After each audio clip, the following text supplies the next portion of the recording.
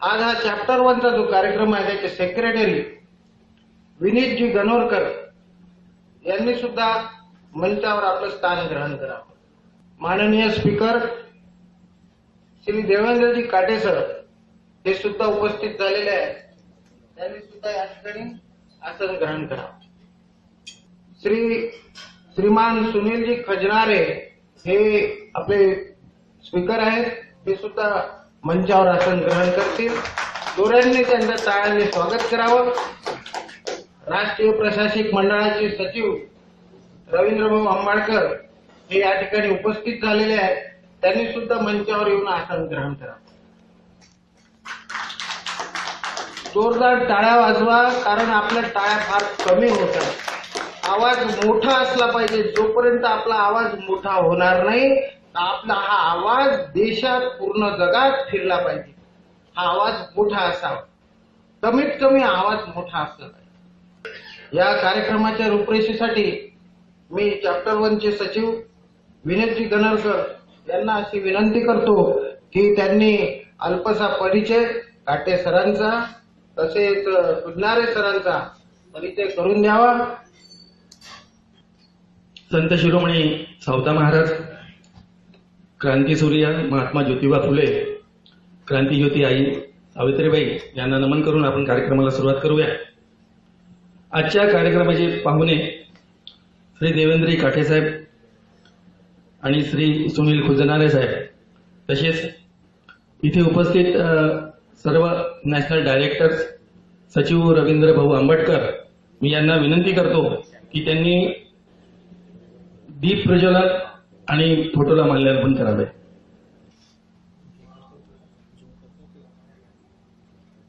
जय ज्योती, जय क्रांती, जय ज्योती, जय क्रांती.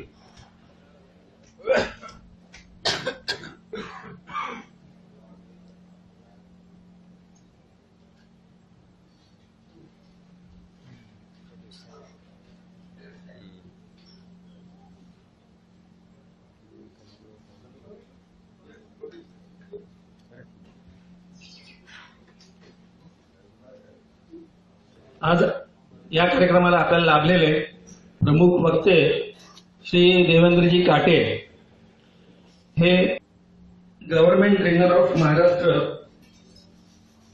शासनातर्फे उद्योजक या विषयावर ट्रेनिंग देतात आणि आजचा त्यांचा विषय उद्योजकता आहे. त्याचप्रमाणे Shri Sunil Khujnare sir, assistant director MSME विकास संस्था भारत सरकार, हे आपल्याला आज एमएसएमईच्या योजना व कार्य या विषयावर मार्गदर्शन करणार आहे. आजचे आपले तिसरे वक्ते डॉक्टर श्री सुजित मेहत्रे सर यांची वेळ आपण 12ला घेतलेली आहे. ते 12ला इथे पोहोचतील. ते director of associated director doctor Ambedkar institute of management studies and research या पदावर असून हे आपल्याला आज व्यवसायातील यशाची गुरुकिल्ली या विषयावर मार्गदर्शन करणार आहे. आजचे आपले प्रमुख वक्ते श्री देवेंद्रजी काटे सरांना मी विनंती करतो की त्यांनी आपल्या मार्गदर्शनाला सुरुवात करावी. आजच्या पाहुण्यांचे स्वागत. श्री देवेंद्रजी काटे सरांचं स्वागत आमचे नॅशनल डायरेक्टर सचिव रवींद्रभाऊ आंबेडकर करतील असं मी त्यांना विनंती करतो.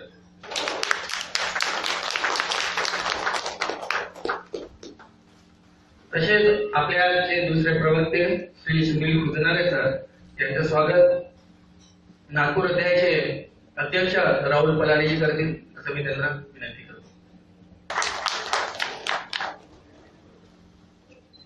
आमचे नॅशनल डायरेक्टर व सचिव रवींद्रभाऊ आंबेडकर यांचं स्वागत ओंकार सर करतील असं मी त्यांना विनंती करतो.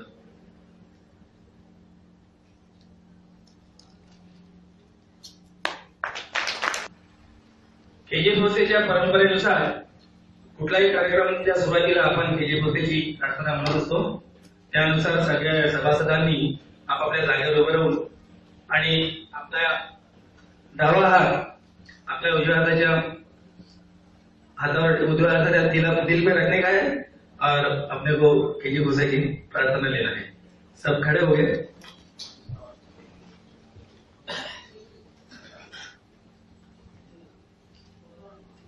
हमारा विश्वास है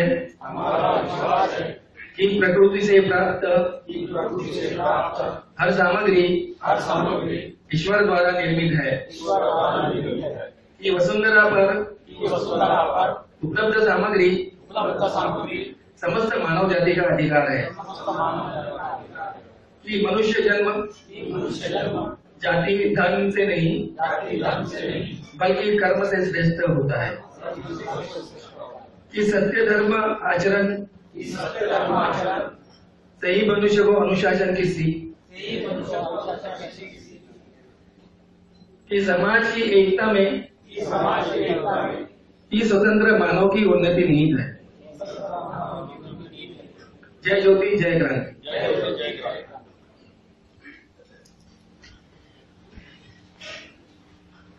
आपल्या कार्यक्रमाला थोडा उशीर झालेला आहे,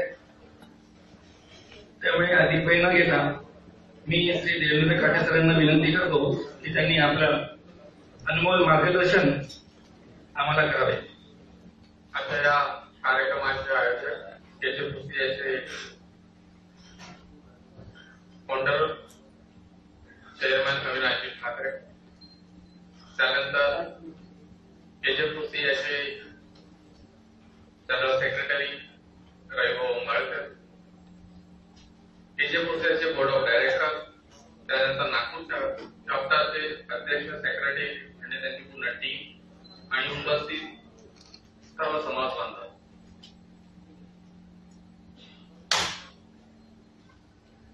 माळी समाजासाठी तेजपुसीच्या माध्यमातून आजचा हा पहिला कार्यक्रम। एक विषय घेऊन आपण इथे आलेलो आहोत आणि या विषयाला तुम्ही मला आमंत्रित केलं त्याबद्दल सर्वप्रथम मी तुमचे धन्यवाद करतो।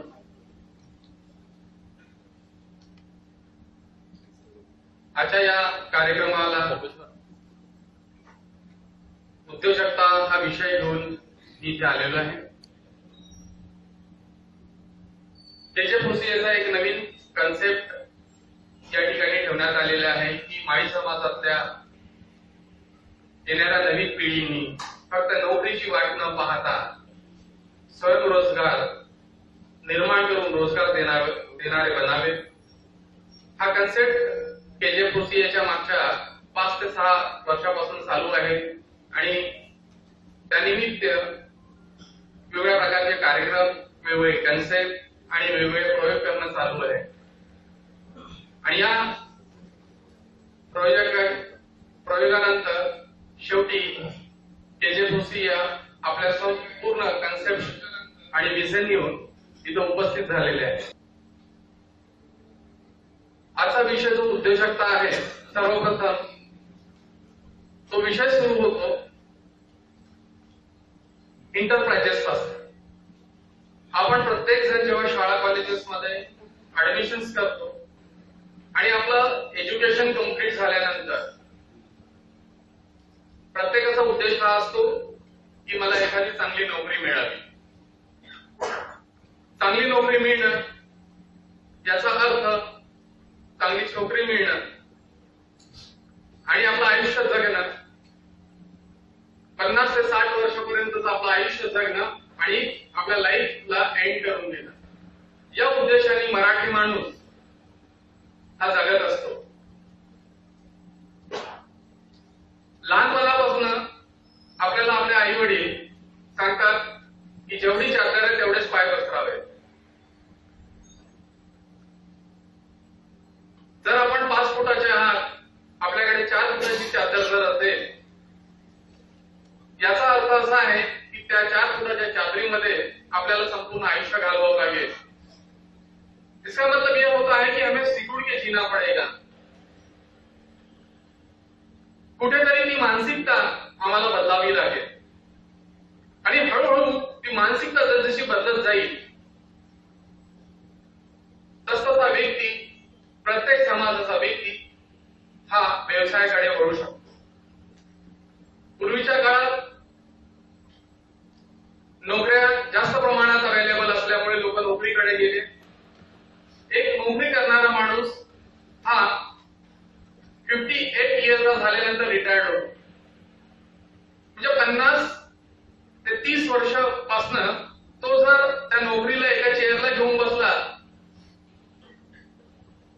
त्याची रिस्पॉन्सिबिलिटी तो पूर्ण करतो आहे, परंतु त्या 30 वर्षामध्ये जे नवीन जनरेशन तयार होत आहे, शाळा आणि कॉलेजेस मध्ये सुशिक्षित बेरोजगार बाहेर निघून राहिले एका फॅक्टरी सारखे. मग या सुशिक्षित बेरोजगारांनी काय करावं? आणि या बेरोजगारांना समजा नोकरी मिळाली नाही तर ही बेरोजगारी वाढत जाईल आणि समाजासाठी, प्रत्येक समाजासाठी, आपल्या सोसायटीसाठी हे घातक आहे. यामधलं काही लोक चोर, डाकू, बदमाश बनतील आणि जेव्हा यांच्या पूर्ण गरजा पूर्ण होणार नाही त्यावेळेस त्याचा त्रास आपल्याला होणार आहे. म्हणून सामाजिक दायित्व समजून, एक आपली ती रिस्पॉन्सिबिलिटी समजून आपण काय केलं आहे हे पाहण्यापेक्षा आपल्याला काय करून जायचं हे महत्वाचं आहे. आपण कुठे जन्माला आलो यापेक्षा आपण कसं मरतो याला सर्वात जास्त महत्व आहे. आणि त्यासाठी जन्माला आलेला प्रत्येक माणूस हा उद्योजक आहे. उद्योजकाचा अर्थ होतो फायटर. एंटरप्रेन्योरशिप हा एक फ्रेंच वर्ड आहे. फ्रेंच मध्ये सैनिक जेव्हा लढाईला गेले होते, कुठलाही सैनिक जेव्हा लढाईला जातो त्यावेळेस तो परत वापस येईल याची गॅरंटी कोणीच देऊ शकत नाही. तो सैनिक जेव्हा त्या लड़ाई में मरतो तो सिपाही कभी मरता नहीं है, वो शहीद हो जाता है, वो अमर हो जाता है. आणि समजा तो जिवंत जरी वापस आला तरी त्याचं स्वागत केलं जाते. दोनों केसेस में वो विनर कहलाता है. आणि म्हणून तो विनर, लढाईला गेलेला व्यक्ती हा विनर असतो. आणि हा विनरचा कन्सेप्ट हा फ्रान्स वरून आलेला आहे. आणि त्या फ्रान्स लोकांनी सर्वात पहिले त्या सैनिकांना एक अवॉर्ड, एक श्रद्धांजली, एक त्यांचं स्वागत आणि त्यांना मान सन्मान, रिकॉग्नायझेशन देण्याकरिता सर्वात पहिले त्या शब्दाचा उपयोग केला आणि त्याला एक अवॉर्ड म्हणून नाव दिलं एंटरप्रेन्योर. तो एंटरप्रेन्योर म्हणजे फायटर. आपण प्रत्येक जण आपल्या जीवनामध्ये फायटर आहोत. किती संकट जरी आली तरी आपल्याला त्या संकटांचा सामना करायचा असतो. मुसीबतों का सामना न करके जो भाग जाते हैं उसे भगोड़ा कहते हैं. और मुसीबतों का सामना करके जो व्यक्ति जिंदगी के साथ दो हाथ फाइट करता है उसे फाइटर कहते हैं. तो खऱ्या अर्थाने रियल एंटरप्रेन्योर. आणि हा रियल एंटरप्रेन्योरचा कन्सेप्ट सर्वप्रथम आम्हाला समजला पाहिजे. फक्त एक उद्योजक बनणं आणि पैसे कमवणं हा त्याच्या मागचा उद्देश नसायला पाहिजे. पैशाची गरज प्रत्येकाला असतो. बिना पैशाने आमच्या नीड, आमच्या गरजा पूर्ण होऊ शकत नाही. परंतु तो पैसा कमवत असताना आम्ही तो पैसा कशा पद्धतीने जमा करतो आहे आणि मिळवतो आहे याला सर्वात जास्त महत्व आहे. विजय माल्याला कधीही बेस्ट एंटरप्रेन्योरचा अवॉर्ड मिळणार नाही. पण एखादा छोटासा व्यक्ती त्याही पेक्षा कमी पैसे जरी कमवत असेल तरी त्याला बेस्ट एंटरप्रेन्योरचा अवॉर्ड मिळू शकतो. याचा अर्थ असा आहे, समाजाला तो चांगलं देतो. या समाजामध्ये ज्या काही गोष्टी आहेत, आपल्या अवतीभोवती जे काही साधन सामुग्री आहे, त्या साधन सामुग्रीचा योग्य उपयोग करून त्या साधन सामुग्रीपासून काहीतरी नवीन तयार करून, मग ते मॅन्युफॅक्चरिंग असो, ती सर्व्हिस इंडस्ट्री असो, ती कुठलीही इंडस्ट्री असो किंवा कुठली इंडस्ट्री जरी नसली तरी आपल्या ज्ञानाच्या भरोशावर जो व्यक्ती दुसऱ्याला ज्ञान देण्याचं काम करतो आणि त्याच्यामधनं जी पिढी घडेल ती चांगली घडेल, याचा अर्थ या समाजाला काहीतरी देणारा प्रत्येक व्यक्ती हा चांगला एंटरप्रेन्योर असतो. ही त्याची व्यापक डेफिनेशन आहे. इथे असलेल्या प्रत्येक साधन सामुग्रीचा उपयोग करून जर आपण त्याच्यातनं 2 पैसे कमवत असू, आपल्या गरजा त्या पैशाच्या माध्यमातून पूर्ण करतो, तो झाला आपला रोजगार. शिक्षण पूर्ण झाल्यानंतर माणसाकडे 2 वाटा असतात. 2 वेळी आपण जात असतो. एक असतो सर्व्हिस इंडस्ट्री. एखाद्या ठिकाणी 10 ते 6 वाजेपर्यंत जॉब करणं, नोकरी करणं आणि एक सॉफिस्टिकेटेड पगार घेऊन आपलं आयुष्य जगणं. दुसरा रस्ता असतो तो म्हणजे स्वयंरोजगाराचा. आणि या दोघांचाही एक उद्देश असतो, तो म्हणजे पैसा. गरजा पूर्ण करण्यासाठी त्याच्या पैशाची गरज असतो. आपल्याकडे समजा एवढा पैसा आहे मोठ्या गादीवर झोपतो, पण जेव्हा तुम्ही समाजामध्ये निघता, एकही व्यक्ती तुम्हाला चांगलं जर म्हणत असेल तर तुमचा हा पैसा, तुमचा मान सन्मान, रिस्पेक्ट, इज्जत पैशाने विकत घेता येत नाही.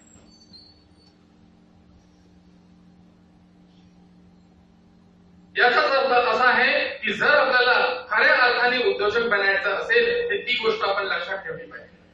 म्हणून मी तुम्हाला उदाहरण दिलं की विजय माल्या सारखी जितकी माणसं असेल, वाईन शॉप किंवा दारूचा बिझनेस करणाऱ्या माणसाला कधीही बेस्ट एंटरप्रेन्युअरचा अवॉर्ड मिळत नसतो. ही गोष्ट आपल्याला आपल्या येणाऱ्या जनरेशनला समजून सांगावं लागेल.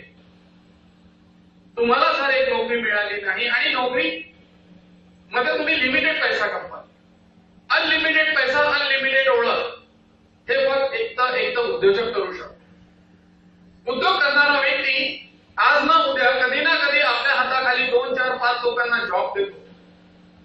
म्हणजे उद्योजक जर समाजामध्ये निर्माण झाला तर तो रोजगार देणारा बनेल आणि बेरोजगारी दूर होऊ शकते. गव्हर्नमेंट ऑफ इंडिया, भारत सरकार ने एका नवीन डिपार्टमेंटची स्थापना केली. नवीन गव्हर्नमेंट आल्यानंतर skill and entrepreneurship he ministry आहे आणि या मिनिस्ट्रीच्या माध्यमातून या देशातली बेरोजगारी दूर होण्याकरिता वेगवेगळ्या स्कीम्स आहेत. महाराष्ट्र शासन सुद्धा महाराष्ट्र स्टेट स्किल डेव्हलपमेंट कमिटीच्या नावाने काम करते आहे.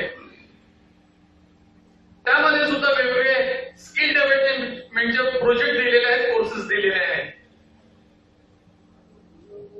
तुमच्यात फक्त स्किल डेव्हलप होऊन चालणार नाही, फक्त स्किल डेव्हलपमेंटचं ट्रेनिंग देऊन चालणार नाही, तर सर्वात पहिले गरज आहे एंटरप्रेन्युअर घडवणं. जोपर्यंत उद्योजक घडणार नाही, जोपर्यंत इंडस्ट्रीची निर्मिती होणार नाही, जोपर्यंत छोटा मोठा उद्योग करणारा व्यक्ती उभा होणार नाही, तोपर्यंत तुमच्या त्या स्किलला काहीच महत्व राहणार नाही. स्किल निर्माण आपण करतोय शाळा आणि कॉलेजच्या माध्यमातून, आणि त्यांच्यासाठी जर व्यवस्था करायची असेल ते उद्योगाची. आजच्या तारखेमध्ये भरपूरशे नवीन इंजिनिअरिंग झालेले स्टुडंट आम्ही पाहतो आहे. इंजिनिअरिंग कंप्लीट झाल्यानंतर कॉम्पिटिटिव्हची तयारी करतात. जर त्याला कॉम्पिटिटिव्हची तयारी करायची होती ती त्याने करिअरच्या 12व्या वर्ग पास झाल्यानंतर इंजिनिअरिंग न करता ते 4 वर्ष कॉम्पिटिटिव्हला द्यायला पाहिजे. त्या 4 वर्षामध्ये त्याचं ग्रॅज्युएशन 3 वर्षात कंप्लीट झालं असतं आणि राहिलेले 1 वर्षात म्हणजे टोटल 4 वर्षामध्ये तो IAS IPS सारखा अधिकारी बनू शकला असता. 4 वर्ष इंजिनिअरिंग मध्ये तो वेस्ट करतोय. फक्त डॉक्टर इंजिनियर बनलं म्हणजे मानाचं स्थान मिळत नाही. कुठेतरी हा कन्सेप्ट बदलायला पाहिजे. धीरूभाई अंबानीचं एज्युकेशन 10वा वर्ग पास होता. 10वी होऊन सुद्धा त्यांच्याकडे इंजिनिअरिंग MBA झालेले लोक जॉब करतात. सर्वप्रथम आपण हे पाहायला पाहिजे की मला जॉब करणारं बनायचंय की जॉब देणार. उद्योग करणं म्हणजे आपण असं समजतो की खूप हेडेकवालं काम आहे, खूप त्रासदायक काम आहे. आयुष्यात इझी काहीच नसतं. बिझनेस करायची सर्वात पहिले आपली मानसिकता तयार होणं महत्वाचं आहे. ती मानसिकता ही घरातून तयार झाली पाहिजे.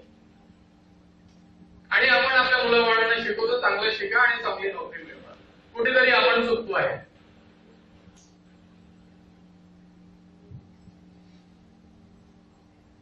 आणि ही मानसिकता बदलण्यासाठी ते वातावरण आपल्याला घरातून तयार करावं लागेल की येस तुम्ही शिका, चांगलं शिका, त्या पुस्तकामध्ये जे नॉलेज आहे ते मिळवा. कुठलंही पुस्तक, कुठलीही युनिव्हर्सिटी, कुठलंही शाळा कॉलेज तुम्हाला डेव्हलप करू शकत नाही, कुठला व्यक्ती तुम्हाला डेव्हलप करू शकत नाही. जर तुम्ही स्वतःच्या मनाशी ठाणलं की येस मला डेव्हलप व्हायचं आहे, तर आपण डेव्हलप होऊ शकतो. आपण आपली एक ओन आयडेंटिटी तयार करू शकतो. एक अशी आयडेंटिटी की तुमच्या नावाने, तुमच्या ब्रँड नेमनी तुम्हाला समाजात मानाचं स्थान मिळू शकतं.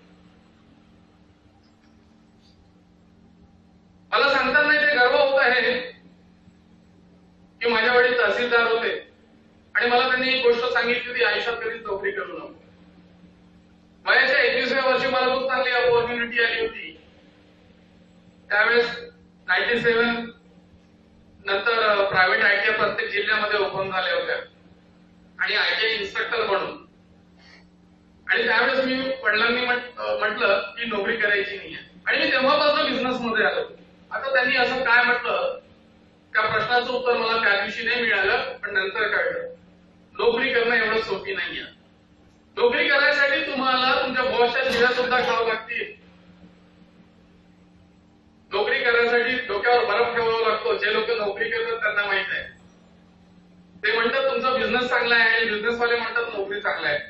आपल्याकडे जी गोष्ट नसते ना ती आणि दुसऱ्याकडे जे आपण पाहतो ते आपल्याला कधी चांगलं वाटतं. अट्रॅक्शन ज्याला आपण म्हणतो.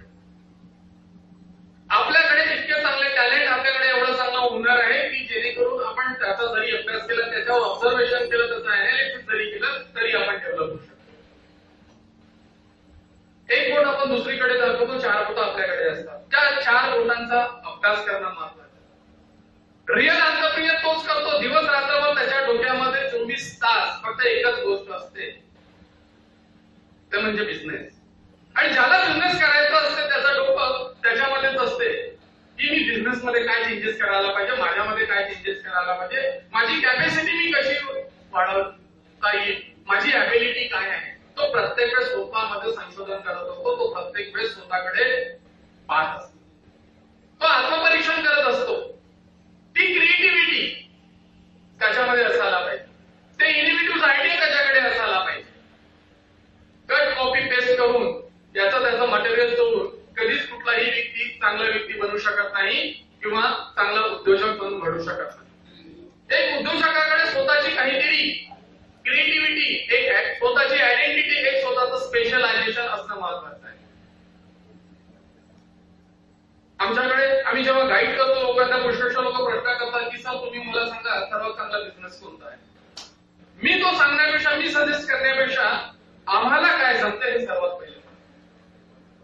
आपल्यामध्ये जे टॅलेंट आहे त्या टॅलेंटच्या माध्यमातून आपण बिझनेस करू शकतो. पैसा कमावणं फार सोपी आहे.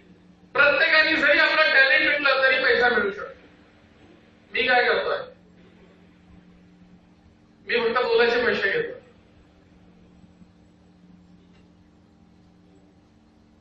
एका डॉक्टरकडे जेव्हा आपण जातो, डॉक्टर कोण आहे आठवत नाही आले, त्याची फीस आपण देतो की ते लिहिलेलं असतं. कन्सल्टन्सी चार्जेस 150 रुपये 200 रुपये. फक्त 2 मिनिटं ते 5 मिनिटाचा वेळ घेतो तो डॉक्टर. संपलं. 200 रुपये अंदर, तुम्ही निघा बाहेर. 2 मिनिटाची किंवा 5 मिनिटाची तिची किंमत किती आहे. एक 10,000 रुपये व्यक्ती जेव्हा कमवतो, त्या 30 दिवसापैकी 1 महिन्यापैकी 4 दिवस सुट्टीची सोडले तर 26 दिवस होतात.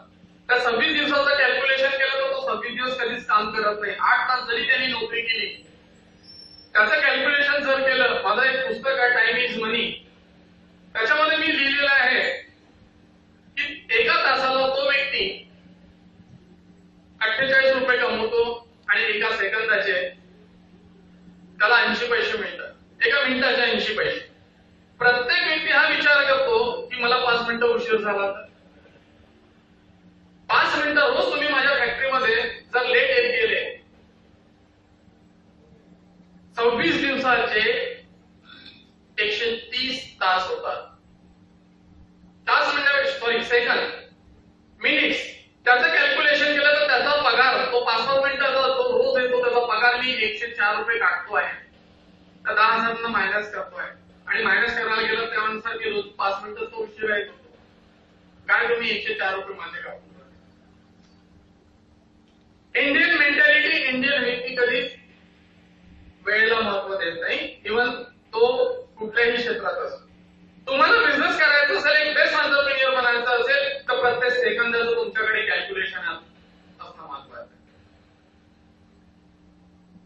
बिझनेस करण्यासाठी 24 आवर्स पागल व्हावं लागतं. जुनून ज्याला म्हटलं जाते, अगर जुनून है तो हर चीज पॉसिबल है. आपण एक सॉफिस्टिकेटेड बिझनेस करायचा नेहमी प्रयत्न करतो.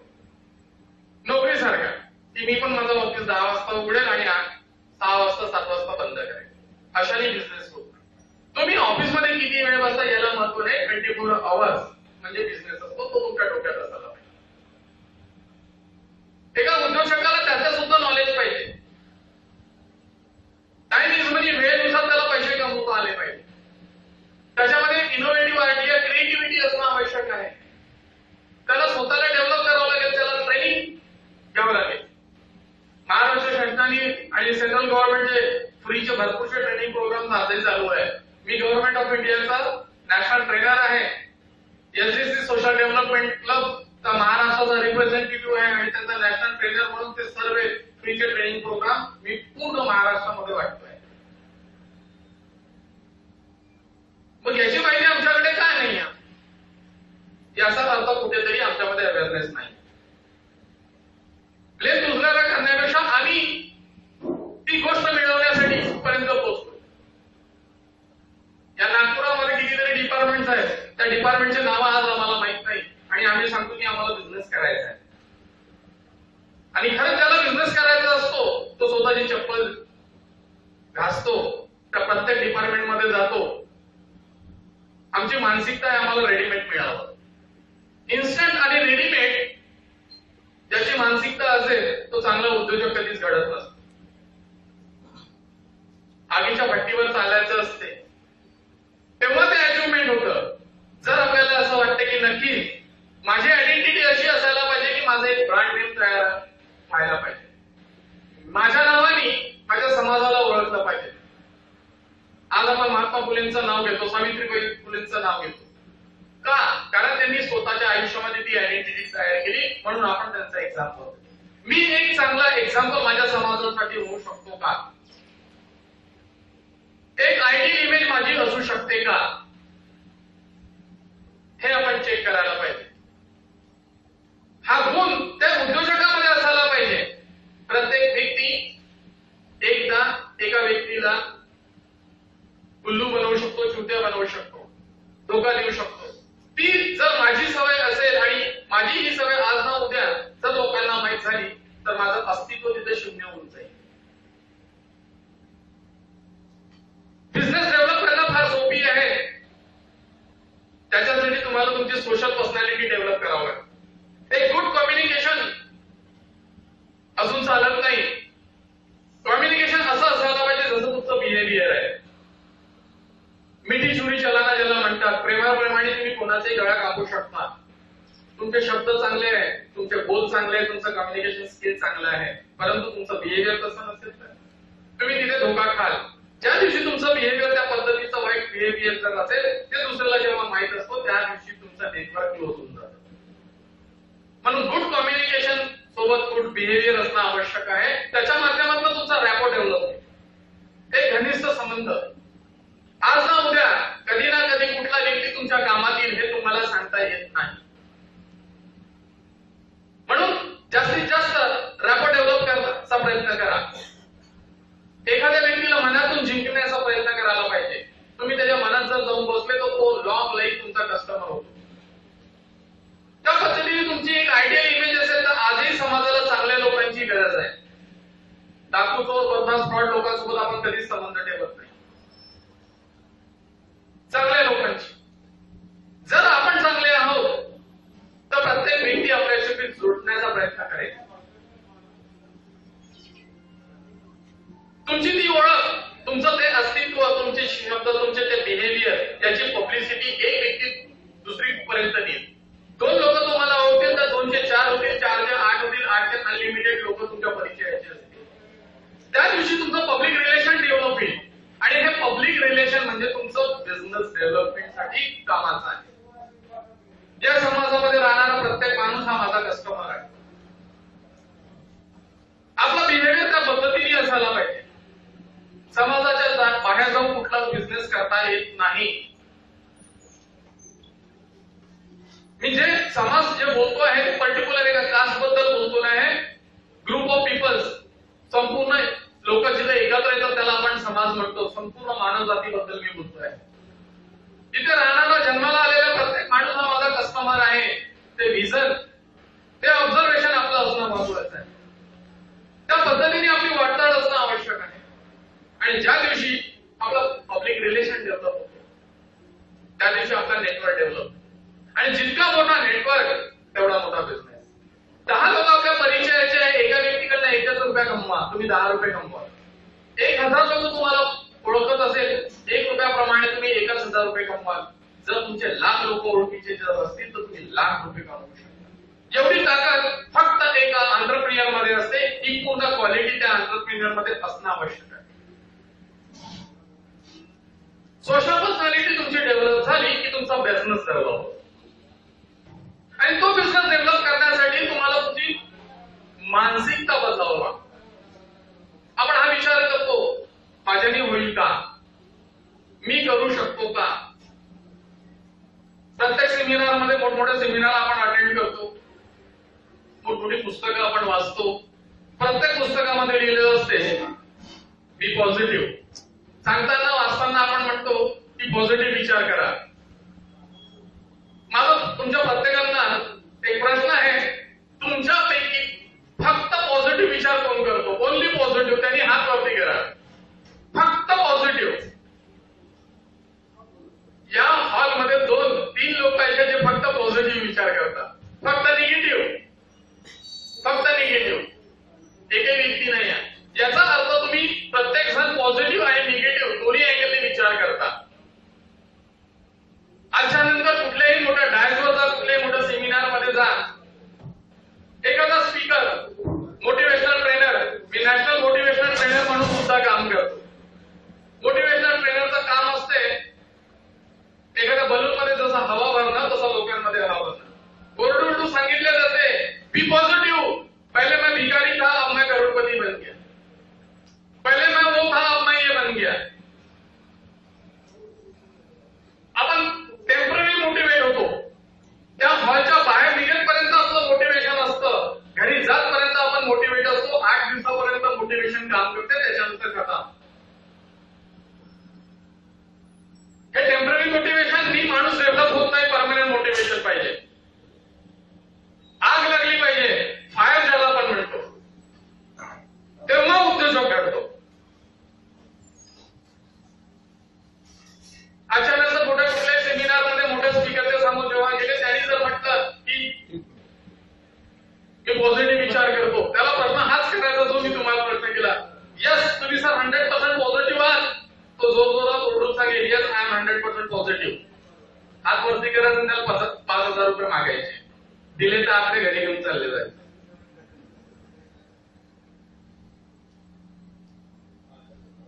इथे असणारा प्रत्येक इलेक्ट्रॉनिक्स, इलेक्ट्रिकल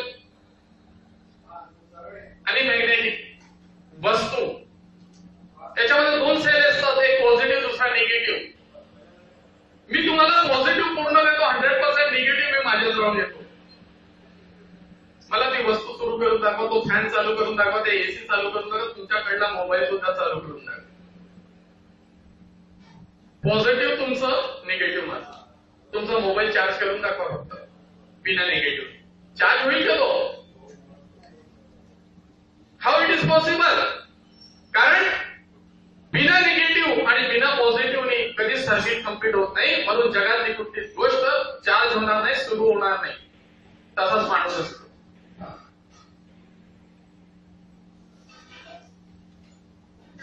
सायंटिफिक रिझन आहे, माणूस जन्मतः हा निगेटिव्ह असतो. जन्म झाल्यानंतर तो निगेटिव्ह होऊन जातो. जन्मतः म्हणण्यापेक्षा जन्म झाल्यानंतर 1 सेकंड नंतर, 1 मिनिटानंतर, 5-10 मिनिटानंतर तो निगेटिव्ह होत जातो. माणसाचा बेस हा निगेटिव्ह आहे. जन्मापासून तो वयाच्या 18व्या वर्षापर्यंत 50 लाख वेळा त्याच्या ब्रेनवर निगेटिव्ह हॅमरिंग झालेला आहे.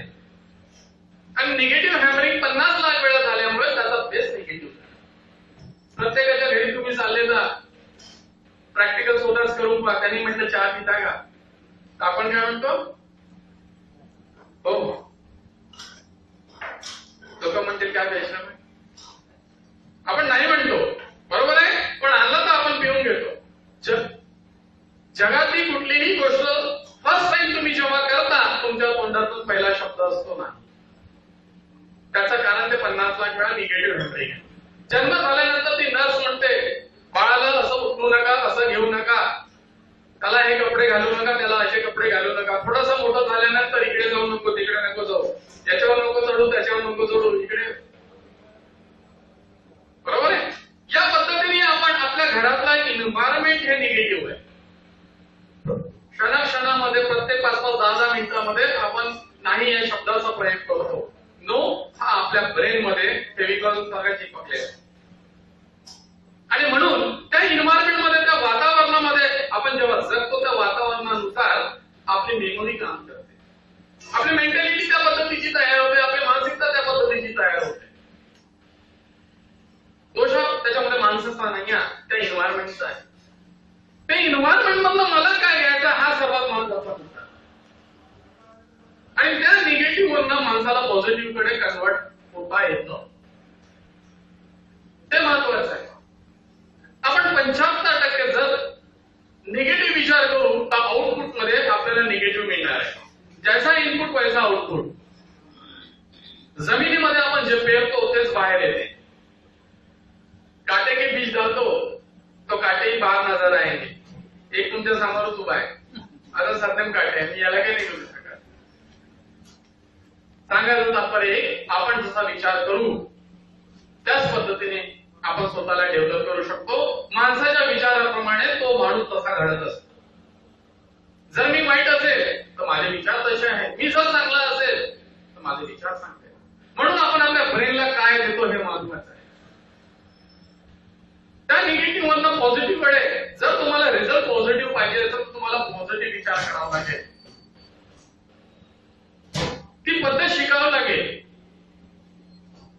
आणि म्हणून जेव्हा एखादा व्यक्ती एंटरप्रेन्योर बनतो ना, तो 24 तास हाच विचार करत असतो, माझ्या बिझनेस मध्ये पैसे कुठून जास्त येईल, माझं नेटवर्क कसं वाढेल.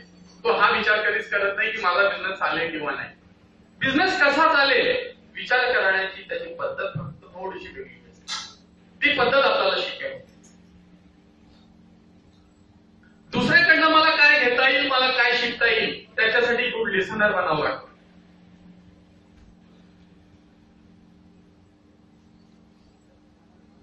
गुड लिसनर आणि लर्नर हे दोन्ही आवश्यक आहे. एक बेस्ट एंटरप्रेन्योर बनण्यासाठी, आणि तो ते करतो. आपण काय करतो, आपण एक काम हे करतो की मला दुसऱ्याकडे शिकायचं नाही कारण मी सर्वात विद्वान आहे. ही आपली मानसिकता आहे. एंटरप्रेन्योर बनण्यासाठी सर्वात खतरनाक व्हायरस फक्त एकच आहे. जर तुम्ही एंटरप्रेन्योर बनले नाही आणि एंटरप्रेन्योर जर बनवू शकत नसाल, उद्योजक जर तुम्ही बनत नसाल, किंवा तुमचा बिझनेस मागा आला असेल, किंवा तुम्हाला जर अपयश आलं असेल, तुम्ही तुमच्या आयुष्यामध्ये जर यश मिळवलं नसेल, तर दुसऱ्यावर ब्लेम करण्यापेक्षा स्वतःमध्ये झाकून पहा, माझ्या हाताने अशी कुठली चूक झाली. बिझनेस करा किंवा नको करा, यशस्वी होण्यासाठी जर तुम्हाला असं वाटतंय की लाईफ मध्ये मला नक्कीच यशस्वी व्हायचं आहे, तर सर्वात पहिले तो तुमच्या मधला जो एक व्हायरस आहे तो तुम्हाला डिलीट करावा लागेल. आणि तो खतरनाक व्हायरस प्रत्येकाच्या अंगी असतो. त्याला म्हटलं जातं इगो, अहंकार. जोपर्यंत तो डिलीट होत नाही तोपर्यंत माणूस डेव्हलप होत नाही. हा वाढता कसं, इगो कसा का डेव्हलप होतो, आपण कम्पेअर करतो. आपण आपल्यासारख्या लोकांसोबत कम्पेअर करत असतो. एखाद्यापेक्षा आपण थोडं जास्त मिळवलं तर आपल्याला असं वाटतं की आपण खूप काही अचीव केलेलं आहे. मुंबईपेक्षा नागपूर 15 वर्ष मागे आहे, दिल्लीपेक्षा 25 वर्ष, जगाच्या दृष्टिकोनातून आजही आपण 60 ते 70 वर्ष मागे आहोत. जगात असे 101 विद्वान पडलेले आहेत ज्याच्या या बोटाची नखाची बरोबरी सुद्धा आपण करू शकत नाही. आपण विरित्य बेडूक सारखं आयुष्य जगतो. तो विरित्य बेडूक कधीच बाहेर येत नाही. त्याला असं वाटतं हे विश्व, ते वीर म्हणजे माझं पूर्ण विश्व आहे. आपण त्या लेवलवर पोहोचत नाही, म्हणून आपल्याला वाटतं मीच खूप मोठा आहे, मीच खूप विद्वान आहे. थोडंसं बाहेर निघून बघा, जग काय आहे. तर जगाची जर बरोबरी करायची असेल तर इगोला सर्वात पहिले आपल्या घरी बांधून ठेवावं लागेल आणि मग घराच्या बाहेर पाय ठेवावं लागेल. त्याच्यासोबत कम्पेअर करणं बंद करा. आपण आपल्यासारख्या लोकांसोबत कम्पेअर करतो आणि त्याच्यापेक्षा जास्त अचीव केल्यामुळे तो इगो आपला वाढत जातो. हळूहळू ती जर सवय लागली तर एक दिवस आपलं ऍटिट्यूड आपली पर्सनॅलिटी त्या पद्धतीने तयार. जर आपल्याला असं वाटतं की तो अहंकार तो इगो नाहीसा झाला पाहिजे तर आपल्यापेक्षा मोठ्या लोकांसोबत कम्पेअर करायचं. शांतपणे जेव्हा आपण घरी बसलेलो असतो तो स्वतःचा विचार करायचा आणि टाटा बिर्ला अंबानी सारख्या सोबत कम्पेअर करायचं. आपण सांगतो की माझ्याकडे 10 लाख रुपयाची कार आहे. अंबानी सांगतो माझ्याकडे करोड पासून तर 127 कार आहे. आपण सांगतो माझ्याकडे राहण्यासाठी खूप सुंदर चांगला माझा बंगला आहे. अंबानी सांगतो तुमचा जेवढा बंगला आहे तेवढा माझा बाथरूम आहे. आपण सांगतो मी 1,00,000-2 लाख रुपये महिना कमवतो. अंबानी सांगेल की 1,00,000-2 लाख रुपयाची बिस्किट माझ्या घरचे कुत्रेच खाऊन टाकतात. कम्पेअर अशा लोकांसोबत करायचं आपल्याला लक्षात येते की आपण कुठे उभे आहोत. प्रत्येक व्यक्ती जन्माला आलेला आपल्या जागी योग्य आहे. भीक मागून आयुष्य जगणारा भिकारी आपल्या जागी किती योग्य आहे. रिक्षा चालवणारा व्यक्ती सुद्धा आपल्या जागी योग्य आहे. ईश्वराने परमेश्वराने प्रत्येकाला आपला एक रोल निभवण्यासाठी इथं पाठवलेलं आहे. पण त्या दोघांची आयडेंटिटी काहीच नसेल. म्हणून मला माझी आयडेंटिटी तयार करण्यासाठी काय करायला पाहिजे हा विचार मी करायला पाहिजे.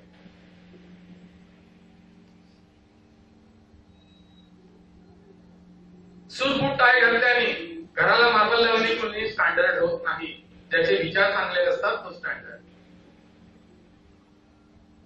ह्या सर्व क्वालिटी मी तुमच्यासोबत शेअर करतो आहे. एका उद्योजकामध्ये जोपर्यंत हे असत नाही तोपर्यंत तो चांगला उद्योजक निर्माण होऊ शकत नाही. कारण उद्योगाचंच काम आहे. जो उद्योजक असतो तो समाजाला चांगलं देईल जर तो स्वतः चांगला असेल तर. त्या दृष्टिकोनातून आपल्याला विचार करावा लागेल. म्हणून त्या उद्योजकामध्ये या समाजाला परिपूर्ण करण्याची क्वालिटी त्याची स्वतःची असणं आवश्यक आहे आणि त्याच्यामध्ये ती क्वालिटी असणं आवश्यक आहे. तर तो त्या समाजाला काहीतरी चांगलं देऊ शकतो.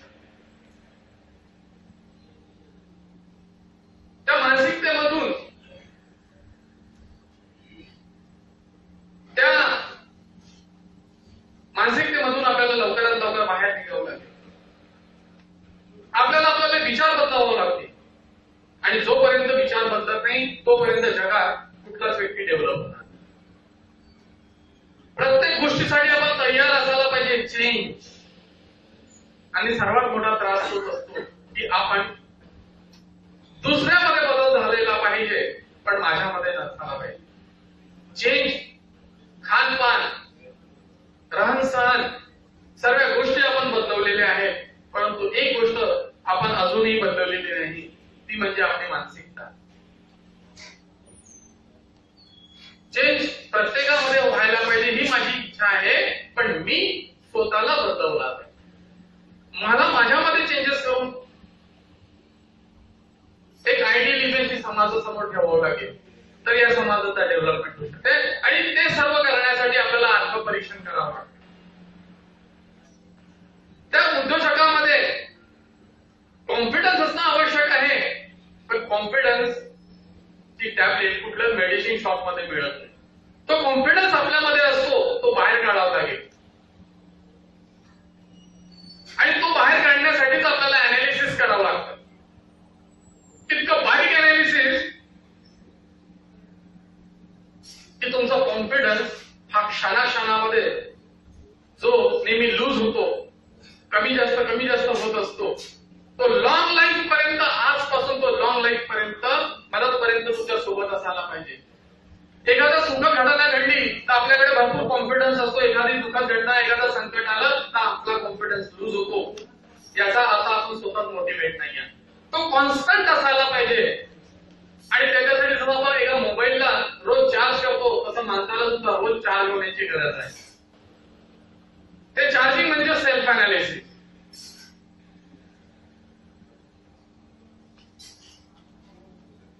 साधी कल्पना करा. इमॅजिन करा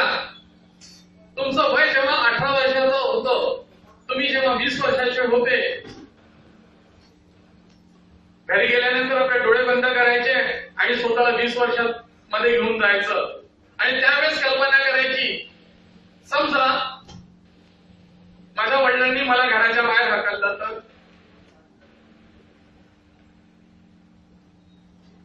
मी कुठे राहील आणि कुठे खाईल. माझं पालन पोषण करणारे हात नसतील तर माझी रिस्पॉन्सिबिलिटी ज्यांच्यावर आहे ते नसतील तर मी काय करायला पाहिजे. इतका बारीक विचार जेव्हा आम्ही सेमिनारमध्ये विचारतो, स्टुडंट मला उत्तर देतात, सर फुटपाथ पे रहूंगा, ट्रेन के यहाँ पे रहूंगा, रेल्वे स्टेशन, बस स्टॉप. एक दिवस तुम्ही कसाही राहू शकता, आयुष्य तिथं जगू शकत नाही. तो दिवस तुम्हाला शिकवेल पैसे कसे कमवायचे.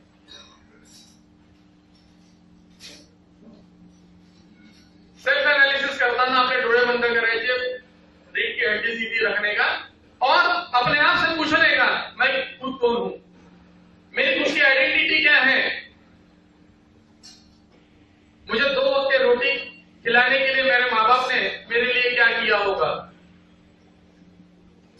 इतने गहराई से सोचना, अगर दिल से प्रैक्टिकल कर किया तो आंखों में आंसू आ जाएंगे और जितने आंसू आते हैं उसको बहने दो, जिंदगी में आखिरी बार.